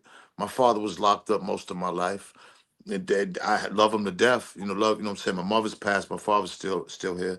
But when it comes to street guys, and it's like you're in the projects, you know what I'm saying? You with a chick, you got feelings for her. Y'all ain't using condoms. Next thing you know, she's having a baby. None of us are really stable enough to have a baby. You know what I'm saying? But we do it because of love or what we think love is, and we feel like this baby, we're gonna be together forever, and then it just goes dysfunctional because, and it's nobody's fault. We are all from the hood, and it's hard raising children at a young age in the hood without any type of career, any type of stability. So we do the best we can, right? Nobody has a handbook. If you grew up in a 2-family home, then that's great. And they was married for years, then that's a beautiful fucking thing. But if you're not, which most of us are not, then you have to kind of learn on the fly. And you got to go to your own morals and dignities, how you raise that child. Me and Coi's mom, I had a son prior to that. me and Ray Ray mom broke up when Ray Ray was 3. Coi mom, but I met her. You know, she was in the hood. I was in the hood. We both from the projects. Our families are from the projects. You know, street families. Coi comes from my side street family, Asia side street family, her mom. And, you know, at that time we was, you know, when I first got what it was with the streets, but when Coi was born, I had the source. I mean, I was kind of getting it in the streets before the source made any money. Was like 98, 99. You know what I'm saying? But you know, Coy's younger life, you know what I'm saying, I had it really going good. I got indicted and I fell, like a lot of street niggas do. And what motherfuckers don't understand is within our dysfunction, being a street guy, and within going through everything, yeah, we can't spend a lot of time with our kids the way we want to, especially if you're not having no money. When I had money, I was flying my kids to me, all of them. I'd have them 4 to 5 months out the year, every summer, every I would have them every Christmas, every Thanksgiving. I'm buying all the gifts, I'm buying all the clothes because I got it, and I love doing it. But I'm not Cliff Huxtable. You know what I'm saying? Like my parenting isn't like a Cliff Huxtable. My parenting has to be adjusted as a street nigga and as an entertainer. And both of those, a street nigga and entertainer, it's not going to be the most ideal situation of a father. You know what I mean? So, um, you know, I don't, I never thought that I would have problems with my children moving forward. I always thought that because I hustled and because I always took care of the money, if I wasn't there all the time, that would make up for it. That's what every street nigga thinks. Every Yeah. street nigga loves our kids, but the dysfunction you go through with in the streets and with the baby's mother, that shit, that shit is, It has an believe me, impact. I got Yeah. 3 babies' mothers, and I went through it each time. Courts, can't see my kid, all kind of shit. And I don't put no blame on nobody. There's a dysfunction that we all go through. All right. How do you lay down with somebody, have a child by them, and then y'all hate each other's guts to where you're sitting in the court and there's all kind of that shit is so common. So it's kind of we have to see that it's deeper than just it's not a coincidence. It's dysfunction. It's And we do the designed. best It's we can. designed. So I say that to say this. I love my daughter dearly. It's my only daughter. I got 3 boys. I love my kids dearly. As a black man and what I go through in my life plays a part on how I am with my kids, unfortunately. Nobody has, I'm not using that as no excuse, but that's my personal thing that I go through. Nobody's there with me when I can't get my kids because we're arguing or I can't. Nobody's there with me when I go through that depression or those things, right? Because I don't, it's nobody's business. I go through them alone. You know what I'm saying? My kids are the most important thing ever to me. Now, what happens when you break up, especially with a daughter, it's a little harder than boys. Yeah. And then when I'm on TV with other women, or my daughter is visiting me and I have other women, and then she's seeing her mom maybe in a position that her mom's in, oh, all that plays a part of it. I know now. But I didn't think that none of this, I never thought that me and my daughter would be beefing or problems. That shit, that I wasn't, I'm not cool with that. I don't like people using me as the poster boy for, oh, he must be a deadbeat dad or he wasn't there. The fuck out of here with that. I took care of Coi and her older brothers, 2 of them that weren't mine. And I'm not bragging about that. It's what I had to do. But the way I was there, I might not be Cliff Huxtable, but as a street nigga father, I did everything that I had to do. You know what I'm saying? And I'm proud of that. Now, maybe I wasn't there when all the time when she wanted me to be because her mother lived here and I lived there. That happens. But I just go from a street nigga perspective. People need to give men a little more grace in what we go through because all my niggas love their kids. Like I got some street niggas, killers, all that. They all love their kids. But Lord, with the shit we go through, it's not cool. You know what I'm saying? It's not cool, and nobody is there for us. Nobody understands where we come through when it comes to this parenting because the mother got the kids. The mother got him. The way the rules are set, the mother got him, and then the system is against the father. So not only we're fighting the system, we're fighting the mother too, and then we got to go through the shit with the kid later on. It's a fucked up way to know, like, what type of shit is that? Like who, it makes you like, damn, I would have kept my dick in my pants. Like I wouldn't even had no fucking kids because what you go through, what a nigga go through, and what nobody knows what we go through, and because I'm vulnerable, I can say this, but these niggas are going through it too, and it ain't cool. It's not cool. So what you seen me and Coi go through, that's what damn near the whole America's going through with niggas and their daughters and everything else. Nobody knows the sacrifice. Nobody gives a fuck about what the fuck we go through, and that's cool.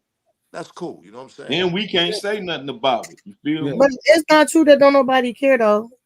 As a whole, we talking about as a whole. We talking about as a majority. Hey, so Benzino, what's the problem with you and Joe Buttons? Because it seems like Joe Buttons, he loves to talk about Benzino. What the fuck is the problem here? I mean, I hope he's not. I hope he's. You know, I mean. I hope he's not looking at me in no funny way. You know what I'm saying? Because all right, I was raised by a father. I was raised by a real dad that I love dearly. Shout out to Schnapps. Schnapps raised me as a man. Schnapps was a street guy, but I was raised with morals and dignity and code. This new thing with men talking about men, like, you know, like I don't know what Joe Buttons made a comment about me working out and coming out of a pool. Like I posted something in slow motion of me and he was like, he comes out the pool with glistening water. Like I wouldn't even use glistening in a man in the same conversation. That's just me. You know what I'm saying?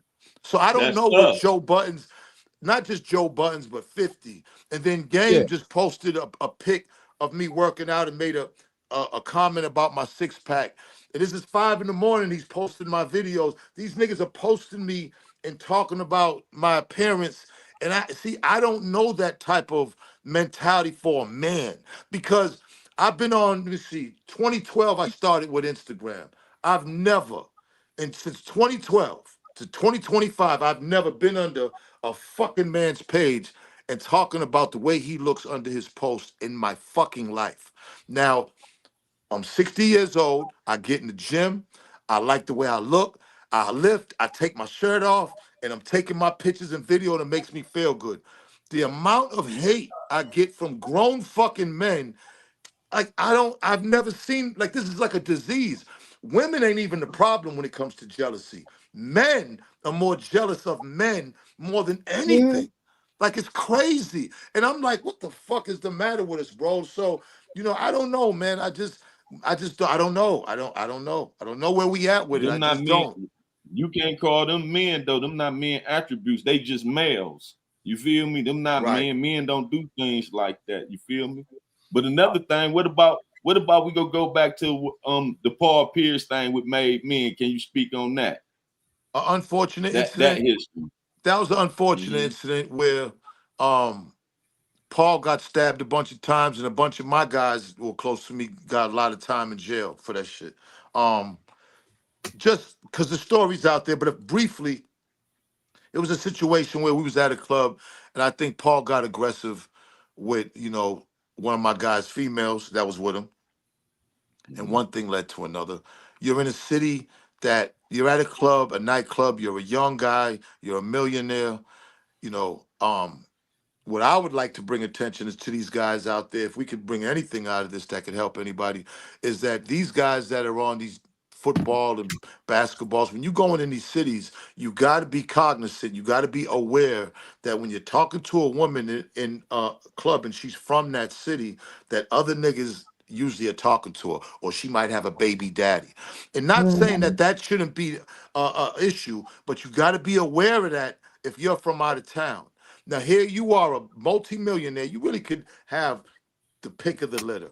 A lot of these guys don't got shit, and they're already frustrated. So you just got to be careful who you're talking to in the cities you're at. And I think Paul, being at a nightclub, hollering at the wrong chick at the wrong time, just that's what got into it. I can't, you know, the specifics of it was a couple of good guys got a lot of time from it. Paul pointed him out on stage. He actually took the stand and pointed him out. You know, that was him. The thing I can say was when he was in his bed and they gave him the book of pictures, they wanted him to pick me. You know, and I heard this. They kept telling him it was him, and he kept saying no. And he picked my guys. All right. And, you know, I'm in Boston. Everybody knows me. I know everybody. That night at the club, we was deep. All right. It was unfortunate what happened. I'm sure it would happen in any city. You know, you got your local guys from that city, and then there's an athlete there, and he starts fighting with one of the guys. All the guys from the block are going to jump in. You know, Paul's the biggest out of all of them. You know what I'm saying? You know, I was a big Paul Pierce fan, sports fan. You have to if you're in Boston.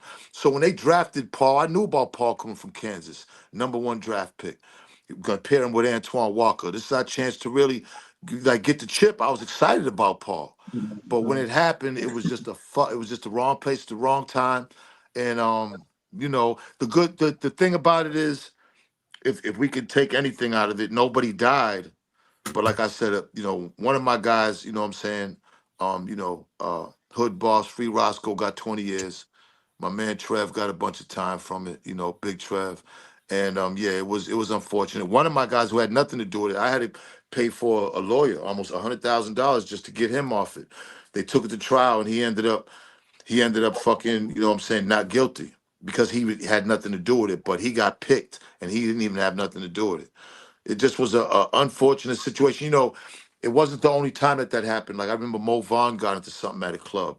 Lawyer Malloy for the Patriots, Mo Vaughn of the Red Sox. It's always over a chick. It's always an athlete beefing or fighting over a fucking chick. And what I'm saying is, with these young guys, be more careful of where you go, right? And be careful of who you're talking to. And that's, you know, since we're bringing that up, I just want to put that out there more than the story because this. He lost Lost him again. Can you hear me? Can you hear me? There you go. Okay. Yep. Yeah, this happens on a regular basis. And I'm like I said, you know, Paul lived, you know what I'm saying? And, you know, but you know, unfortunate situation. Got you. Benzino, when it comes to podcasting, a lot of podcasts out there, Jada Kiss and Fat Joe.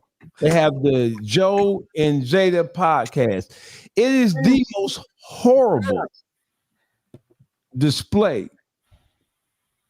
I'm not a Fat Joe fan. I'm gonna tell you this right now. All the Puerto Rican boy Rico ass, hip hop ass shit. I'm not with all that shit. I'm not gonna jump on the bandwagon about the paperwork and Joe being a possible alleged snitch. I ain't gonna touch that shit. But I'm not a fan of how Fat Joe's come with this Puerto Rican ass shit. Am I wrong? Well, I mean, listen. I am. My grandmother, Boricua, you know what I'm saying? My father's side, I can't speak it. But listen, this is my thing on it. Hip hop came from the South Bronx in the 70s, and I don't know if anybody's seen what the South Bronx looked like in the 70s. The South Bronx was horrible. I mean, it was fucked up. A lot of Caribbean people moved to the South Bronx in the 70s. All kind of people from the Caribbean, from everywhere. A lot of Puerto Rican people, a lot of Jamaican people, Trinidadian. So Puerto Rican people meshed with was living in these areas with black people and with Jamaican people. And then here comes hip hop. There was Puerto Rican DJs, Puerto Rican MCs, because that was the environment in the Bronx at that time. And you know, Joe came up in the Bronx with black people. I could say that about Joe. Now, Joe has an arrogance about him that makes it hard for people to. I get it. Yeah. I get it. But you know, I can understand him being proud of the Puerto Rican roots because when you look at him and Pun, they took it the furthest of any Puerto Rican, you know. So he's kind of carrying the flag. So I get that. Now, all the other shit, you know what I'm saying? You know, me and Joe ain't always seen eye to eye, personally, you know what I'm saying, on different things. But that part of it, I can understand because that's his heritage. And, you know, I know he's not 100% Puerto Rican. I think he's Colombian and Cuban. I think he's a bunch of things. But when you grow up in the Bronx and he's really one of the last of the Puerto Ricans that got that far, or at least Pun was, rest in peace, Pun, for people to kind of represent. You know, because Puerto Rico is huge in Puerto Rican's huge in New York. You know, Cardi's Dominican. You know what I'm saying? So, you know, Cardi's carrying that flag. So, you know, I mean, people are proud of who they are. You know, me, I'm Cape Verdean, and I really didn't understand my heritage, and I'm learning more now, and I'm trying to carry that flag. You know what I'm saying? I knew I was Cape Verdean when I was younger, but I really didn't know about Cape Verdean people and west coast of Africa, being in islands off of west coast of Africa, and you know, and I'm learning more about about who I am. You know, all we know is that we was all slaves, but it goes deeper than that. You know, my girl got me taking this ancestry.com thing. I'm penitentiary in. Huh? I'm penitentiary in. Nah, but if you do ancestry.com, no, listen, I want all y'all to do ancestry.com because you're gonna find out some shit, and you're gonna get more. You're gonna get more intrigued by it. Trust me. Listen, I just found my father on ancestry.com. Wow. Where you from? He's from here. His name was Cowboy. He's from Mississippi, but he moved here from Mississippi. He was murdered 2 months after I was born. He was shot in the stomach with a 12-gauge shotgun. You look like you from Mississippi, baby doll. Listen, I'm 42% Nigerian. Yeah, so everybody is. I can see the nose. Everybody is. Shut your ass up, Dollface. But listen, my girl is like 50% Nigerian. She just found out. Yeah, I got a lot of Nigerian in my blood, and I'm like, how is it half of my blood? Well, because you got to understand, when they took from Africa, that's where they was taking them. Nigeria was a huge you know, country. So a lot of people came from Congo, Benin, Nigeria. That's where a lot of slaves came to America. So when you look at it, and look at my girl got like 20,000 cousins. It's crazy. Like, it's crazy. Yeah, but I got a lot of mixed up stuff on that other side. Don't invite them over dinner. But then look, I got my brothers. I'm the youngest. My oldest brother is 52. My youngest, the youngest, he's 50. He turned 50 actually next Friday. Hey, Henny, you say Nigerian? Yeah. Huh? Henny. Oh, I got a lot of stuff in me. Yes, I'm Nigerian, Amazonian. No, I'm not. From Iceland. No, I'm not. I actually have Romanian in me too. Yes, you're definitely gonna have some European. I believe that. Yeah, I got 2% European. I said, damn. Yeah. Oh, I got a lot. Girl. I got a lot. You're from Africa. You got 0% European in you. You're from Africa. You like me with the wig on. Oh, baby, I shut the fuck. No, she's listen. It's funny she said that because look, my girl got the same thing, like 1-2% Irish or something, but that's how it is. You know what I'm saying? They're always gonna throw a little percent in there to try to throw their little shit. I ain't gonna lie, y'all. I thought I was like Dominican or Puerto Rican or something. Yeah, keep on thinking, motherfucker. My edges told me that. And I was looking at my edges. I said, damn, that's that Puerto Rican. My edges. But you know what? It was interesting to find out that I also have Amazonian, I have Aztec and Mayan blood in me too. Oh, you real exotic, huh? You look exotic. No, I could have told you that fucking mouth and disposition, that mouth and that aggressive, that's Amazonian and angry Indian all day. I could have told you that. I got it. You better go look up them Mayans and them Aztecs and then come back playing with me. Come back playing with me. They put me. Dollface. Your shit came back 42%. I say nothing. Your shit came back 42% bully. Now, Benzino, now you know you was my man. Y'all music got me through the penitentiary. Y'all Source Magazine, Made Men. Y'all had the coldest. Made Men. Y'all had you and the Locks had the coldest song on the Belly soundtrack. Now what went down? What happened with Made Men and the Locks on that? Cause y'all made some good music. You know, we had the soundtrack was almost done, and I just remember that Dave had said, my partner Dave was like, yo, we can get you on a soundtrack. We had made the beat, the Hangman 3, myself 2 times, and rest in peace, JB. We had produced the beat. And we just was like, yo, we just need the Locks. At that point, we was like, yo, we need them niggas. That was us wanting them. And they agreed to it. And they had actually came to Boston and we did it. And I just remember we had smoked a bunch of weed and hash. And we killed that shit. And when Little X did the video, Lil X, I remember shot the Right. video. Yep. Legs did the video. I Yep, Lil remember X that. did the video. Melissa Ford was in the video. Um, you know, so I remember like, I mean, you know, to be honest, I did so many like, man, I did a lot of features, man. Like, you know, I gave Nas $65,000 for a feature that I didn't even use. You know what I'm saying? Master P. I mean, I can go on and on and on, like Mob Deep, and you know, we almost got signed to Easy E, and then I talked to him like 2 days before he died, and you know, it like had a, you know. We Man, lost we him. keep lagging. I didn't know if you're gonna be back with Cardi Red because they was cute together. Ugh. I'm talking shit. He gonna try to scream. The way we hate Charleston White, he hate her so much. What was that song that she was singing? Prada Gucci Louis. Was that the song? Yeah. Prada Gucci Louis. Prada Gucci Louis. So funny, bro. I said if she don't sit her ass down somewhere. No, but look, she didn't glow it up. She looking kind of nicer. She had a lot of work done. She had a lot of work done. She spent some nice money. I like. Yes, she went she to did. the right people. She looked Yes, very she good. did. She did, but she needed that work. She needed inside work. Now she's still just nasty. Like Jesus. Hey, somebody said I'm Doberman Picture Bully.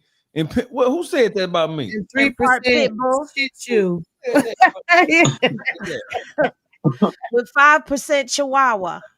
The other 3 is shit you. I'm G Cherokee. I don't be appreciating. Did y'all catch the shit he said about me? He Because said you I just look like be yipping. Yip, yip, yip, yip, yip. I'm just telling you. Black DOOL you sounded like you with a wig on. Now, what you were saying about the locks, Benzino? That's what you said. I mean, them niggas are dope. You know what I'm saying? I mean, you know, like kissing them, you know, like they stand the test of time. And even like what DOWGFACE said with their podcast, you know, I think, you know, with these podcasts, I just think, man, you know, eventually I want to start my podcast. You know, I just think it seems like podcasts now, people want to hear podcasts more than music now. Like when you look at what's going on with Young Thug, people are more in tune to the phone calls than they are really what's on the Billboard Hot 100 nowadays. You know what I'm saying? So, you know, I think we're looking at a shift because of the internet that maybe people are. I know people still love music, but I just think the interest is leaning more towards conversation and podcast than there is music nowadays. Will you ever bring back Hip Hop Weekly? You know, me personally, I really, you know, as far as magazines and stuff, I'm done with that. Like, I mean, I dedicated a lot of my life with that. Never even that. I didn't think I was even, that wasn't something that I thought I'd be ever be in publishing and magazines. You know, when I met Dave, it was a friendship and it just kind of morphed into that. And I'm grateful. I learned a lot about publishing and magazines. Um, Very grateful for the opportunity. I mean, life is a journey. You know, I mean, listen, my journey is there's been a lot of it's, you know, a roller coaster. You got your peaks and valleys and shit. You got your dips. You got your scary moments. You got your happy moments. But that's just life. Um, I think that the magazine game's over with. You know, like finito. You know, I walk through airports, the whole half of the wall would be filled with magazines, and now you be lucky if you know, I don't even look over there anymore. You know, people are too much into their phones and computers and short reading. That's just, you know, when we had the source, it was like long reading, long type reading, features and shit. Real photographers taking real pictures, man. You know, rest in peace, the great Chimo Do at the source. So, you know, man, it was an era. I think the good thing with us is that we got to live in a time where we could get a magazine and just sit back and just kind of just turn them pages. But you know, this technology now, man, and you know, we adapt and adjust, especially as older people. So people like us that was there when it was, you know, it'll always be a part of us, I think. That's why it's always, because people ask me, you think there'll ever be another source? I'm like, the source is still going on. They're just digital now. You know, somebody else owns it. But I think magazine game is done. Now, who knows? You know, I've been wrong. I know they've gotten rid of a lot of those big printers and things are like dinosaurs, like the printers of, you know, they would be in certain parts of the country. Them things are gone. There ain't too many Yeah. of those anymore, you know. But I So think you could do a digital version if you wanted to, but I know that takes a lot of tech, a lot of, yeah, stepping outside of a lot of what you've already known. But I do feel like things like that are what's missing. I know there's a lot of outlets that try to pick the culture up and keep it, but the Source, Vibe, like those were our big magazines that we looked forward to because we knew we right. were going to find out what was going on behind the scenes. How did this fight break out? What was the concept behind this album? What did y'all think about these albums when they came out? We was looking for the mics to see how many mics an Right. album got. So it really, information now has to come quicker and, like you said, in short form. And I think, just saying, with you being somebody who was a pioneer and had a hand in all of this, how hip-hop was brought up, something so major as an outlet like that, digital, I think that would bridge something that's missing again. I um think I see a lot of people. There's there's so many platforms out there. Um, with me is like, man, I mean, that was kind of like when you look it back, that was like a chapter. You know what I'm saying? It just for us, I think the older people, I would say like 35 and up. I think of course we would want that. I just know that the youth, they would have to be reconditioned almost, you know what I'm saying? Um Exactly. Yeah. yeah, like and that's a big task. You know what I'm saying? Man, yeah. these guys are wild and they don't really listen. So um, you know, just us and just you. I take you for instance, you know what I'm saying? Hen and and Baby Do, everybody on the panel. Y'all know when the glory days of hip hop was. And we know that it's a major shift now than from what it was. And just you knowing that, I think, and as you grow older, that'll always stay with you. So at some point you'll pass it down, whether it be through your whoever's gonna sit around when you get old enough to where it's like you have your family in there with you and you're telling your stories, your personal stories to your loved ones. I think that's a way it'll get conveyed. Because it's so crazy right now with content and internet and podcasts, and people just haven't slowed down enough. But I think the millennials in my generation, I think as time goes on, I think those memories kind of will keep coming up in just conversations and with people in gatherings, you know what I'm saying? Because I don't think it'll ever be duplicated. I don't think it could be done again. I think we're just in a whole different kind of time zone, a whole different planet right now as far as information and media, and hip hop is just so, I don't know, Right. man. Well, speaking of Hip Hop Weekly, have you and Stevie J reconciled, or was that all for Love and Hip Hop? Like No, no, how no, is no, that? no. I'm gonna be honest. Listen, that it happened so long ago. When I was on Love and Hip Hop, and listen, me and Stevie had a relationship before Love and Hip Hop, right? Mhm. What the stuff that we was going through was actually happening. I can wholeheartedly say that. Everything that happened, like Stevie actually was dating Mimi, and he was in the middle thinking which one to be with. And it just so happened that Mona was casting for a show, and he brought that shit on the show. Um, the shit that I was on Love and Hip Hop with and who I was dating, that's who I was actually dating. I That's was how I about was to actually ask you. feeling. Are you Huh? you see how bad she looking now, Benzino, Cardi Red, right? Well, you know what? I mean, the thing is, TV. When I look at TV, people, You'd be like, that used to be my bitch. that's I know just you not said no. Like when I look at it, when I look at it, I just be like, I look at the thing of what TV does to people and what that. Okay. fame, and it's just, you know what I'm saying, man. I just look at the mental health and how people's parents and stuff, and I wish the best for everybody because Love and Hip Hop, what we did, I don't think people realize, man. Like those seasons was the biggest seasons. What's Mm-hmm. Love and Hip Hop now is nowhere near compared Nothing. to what we No. was doing. It's And Mm-mm. so we had like Obama and beyond. We had everybody was watching that shit at one time. Yeah. So that was a moment in time that I was a part of and I'm proud of. You know what I mean? Like didn't wasn't a proud of the moments, some of the moments on there. Of course, the fights because I didn't go on there for that, but just to see, to kind of reflect back then on what we did and how many people were attached and still are, you know, to Love and Hip Hop, to those seasons, those like first 3-4 seasons, was amazing. I didn't cast for it. I never, like, who the fuck knew I was gonna be on that shit, like on Love and Hip Hop with my private life. Like, I've dated celebrities before, you would never know it. You know what I'm saying? Because I was always private with my personal life and who I dated. So I didn't see that coming. It was an amazing experience. I didn't like the way it ended. Me and Stevie didn't speak for maybe a year and a half after that, after the fight on the reunion. Yeah, because But that then was wild. no, it was wild, but it was real. And Yeah. it was fucked up, you know, because that was my brother. And we allowed, and I'm not blaming it on the women, but we allowed that situation to get in front of our friendship. And that was a fucked up time. The thing was, we both had children out of it.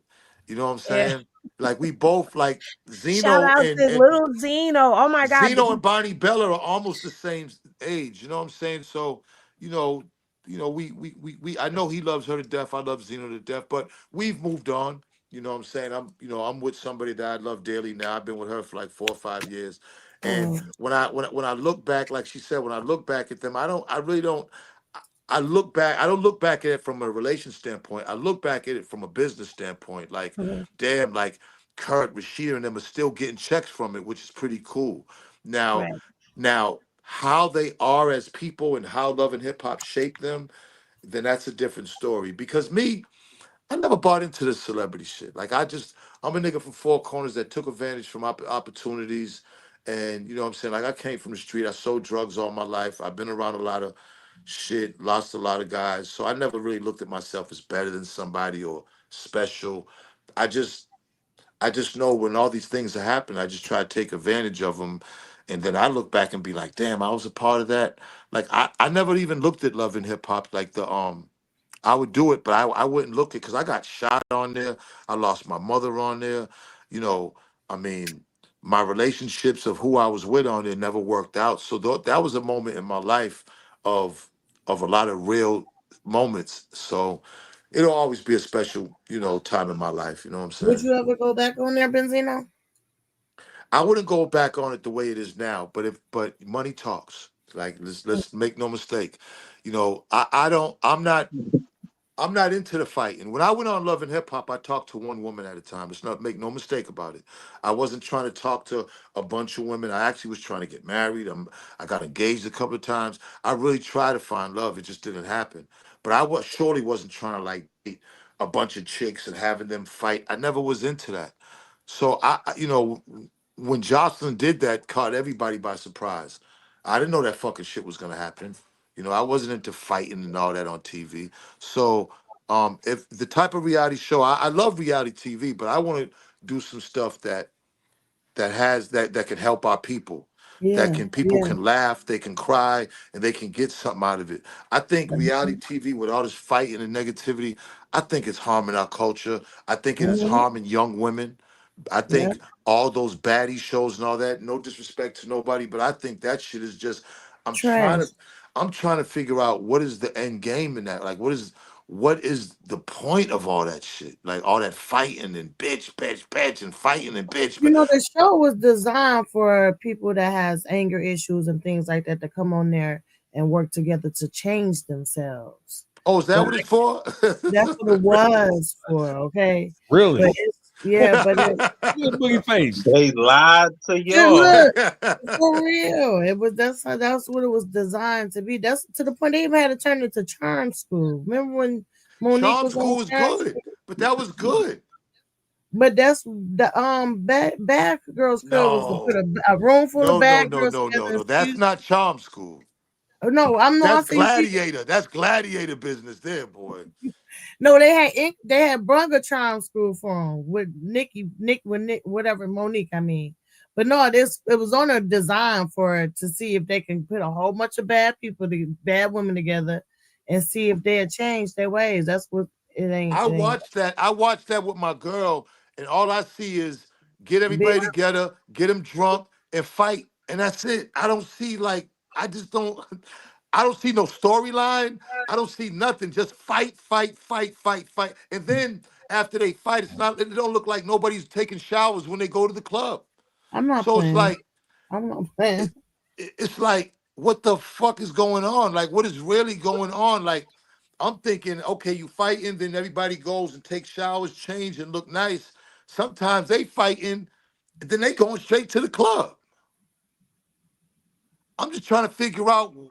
I'm trying to figure out what's the angle of these shows. I don't know. Maybe I'm too old. No, there ain't no angle to that shit for real. You ain't lying. The angle to that shit is niggas fuck up niggas for ratings and for views and for clicks and for likes. That's the angle.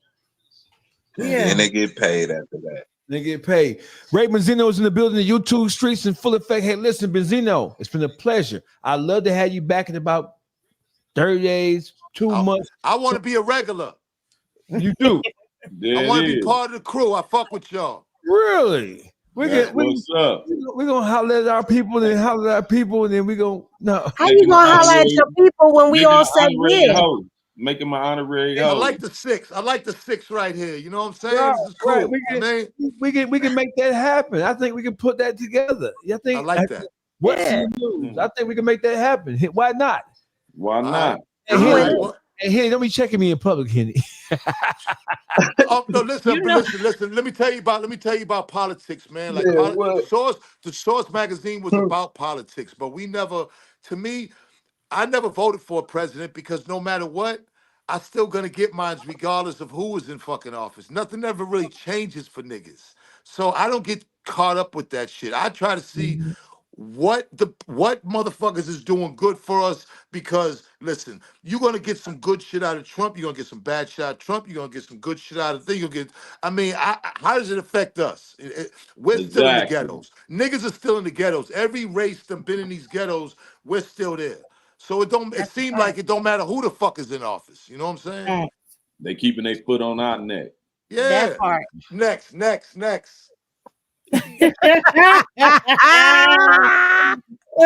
was a good one. You feel me? That was good right there. You dig. We feel you. Give me that neck like Benzino. You know what I'm saying? Hey, listen. Oh, you gotta say pause there, bro. Pause. And I ain't no pause, nigga, though. Hey, so listen, Ray Benzino, I appreciate you, man. The legend, the man, the myth. Appreciate you, face. It is what it is, man. Hey, listen, I would love to have you back. I would love to make you a part of the YouTube streets. I'm with it. With it. I fuck with y'all. I'm with it. You know what I'm saying? I dip in and say my little thing. You know what I'm saying? We talk, man, and smoke, and I'm with it, bro. For real, man. I fuck with you, face. I fuck with all y'all. I appreciate for y'all having me. You know what I'm saying? For real. And listen, thank you so much. You and Boogie gonna have to have one of them smoke on, because Boogie normally smoke 5-6 blunts in about. Boogie, when I come to the D, we smoking out. That's all I do. That's what we do. Tap in. Come on. That's it. Look at him. Come on, tap in. I went light today. He went light today. Hey, baby, don't listen. Proud of you, Boogie. I was listening to what you were saying, Mama. Trust me, I was listening to what you were saying. So I appreciate it. No. Maybe I was paid to say that shit. Nigga, my shit, I'm waiting for it to come through. Right. Hey, man, listen. Welcome to it's been a YouTube. Hey, I don't even know what to say. Baby, that'll take us out. Look, y'all, thank y'all once again for checking into YouTube Streets. We'll be back next episode with some mad major shit. You know, DAWGFACE always got it on the flow. Thank you, Henny, for coming.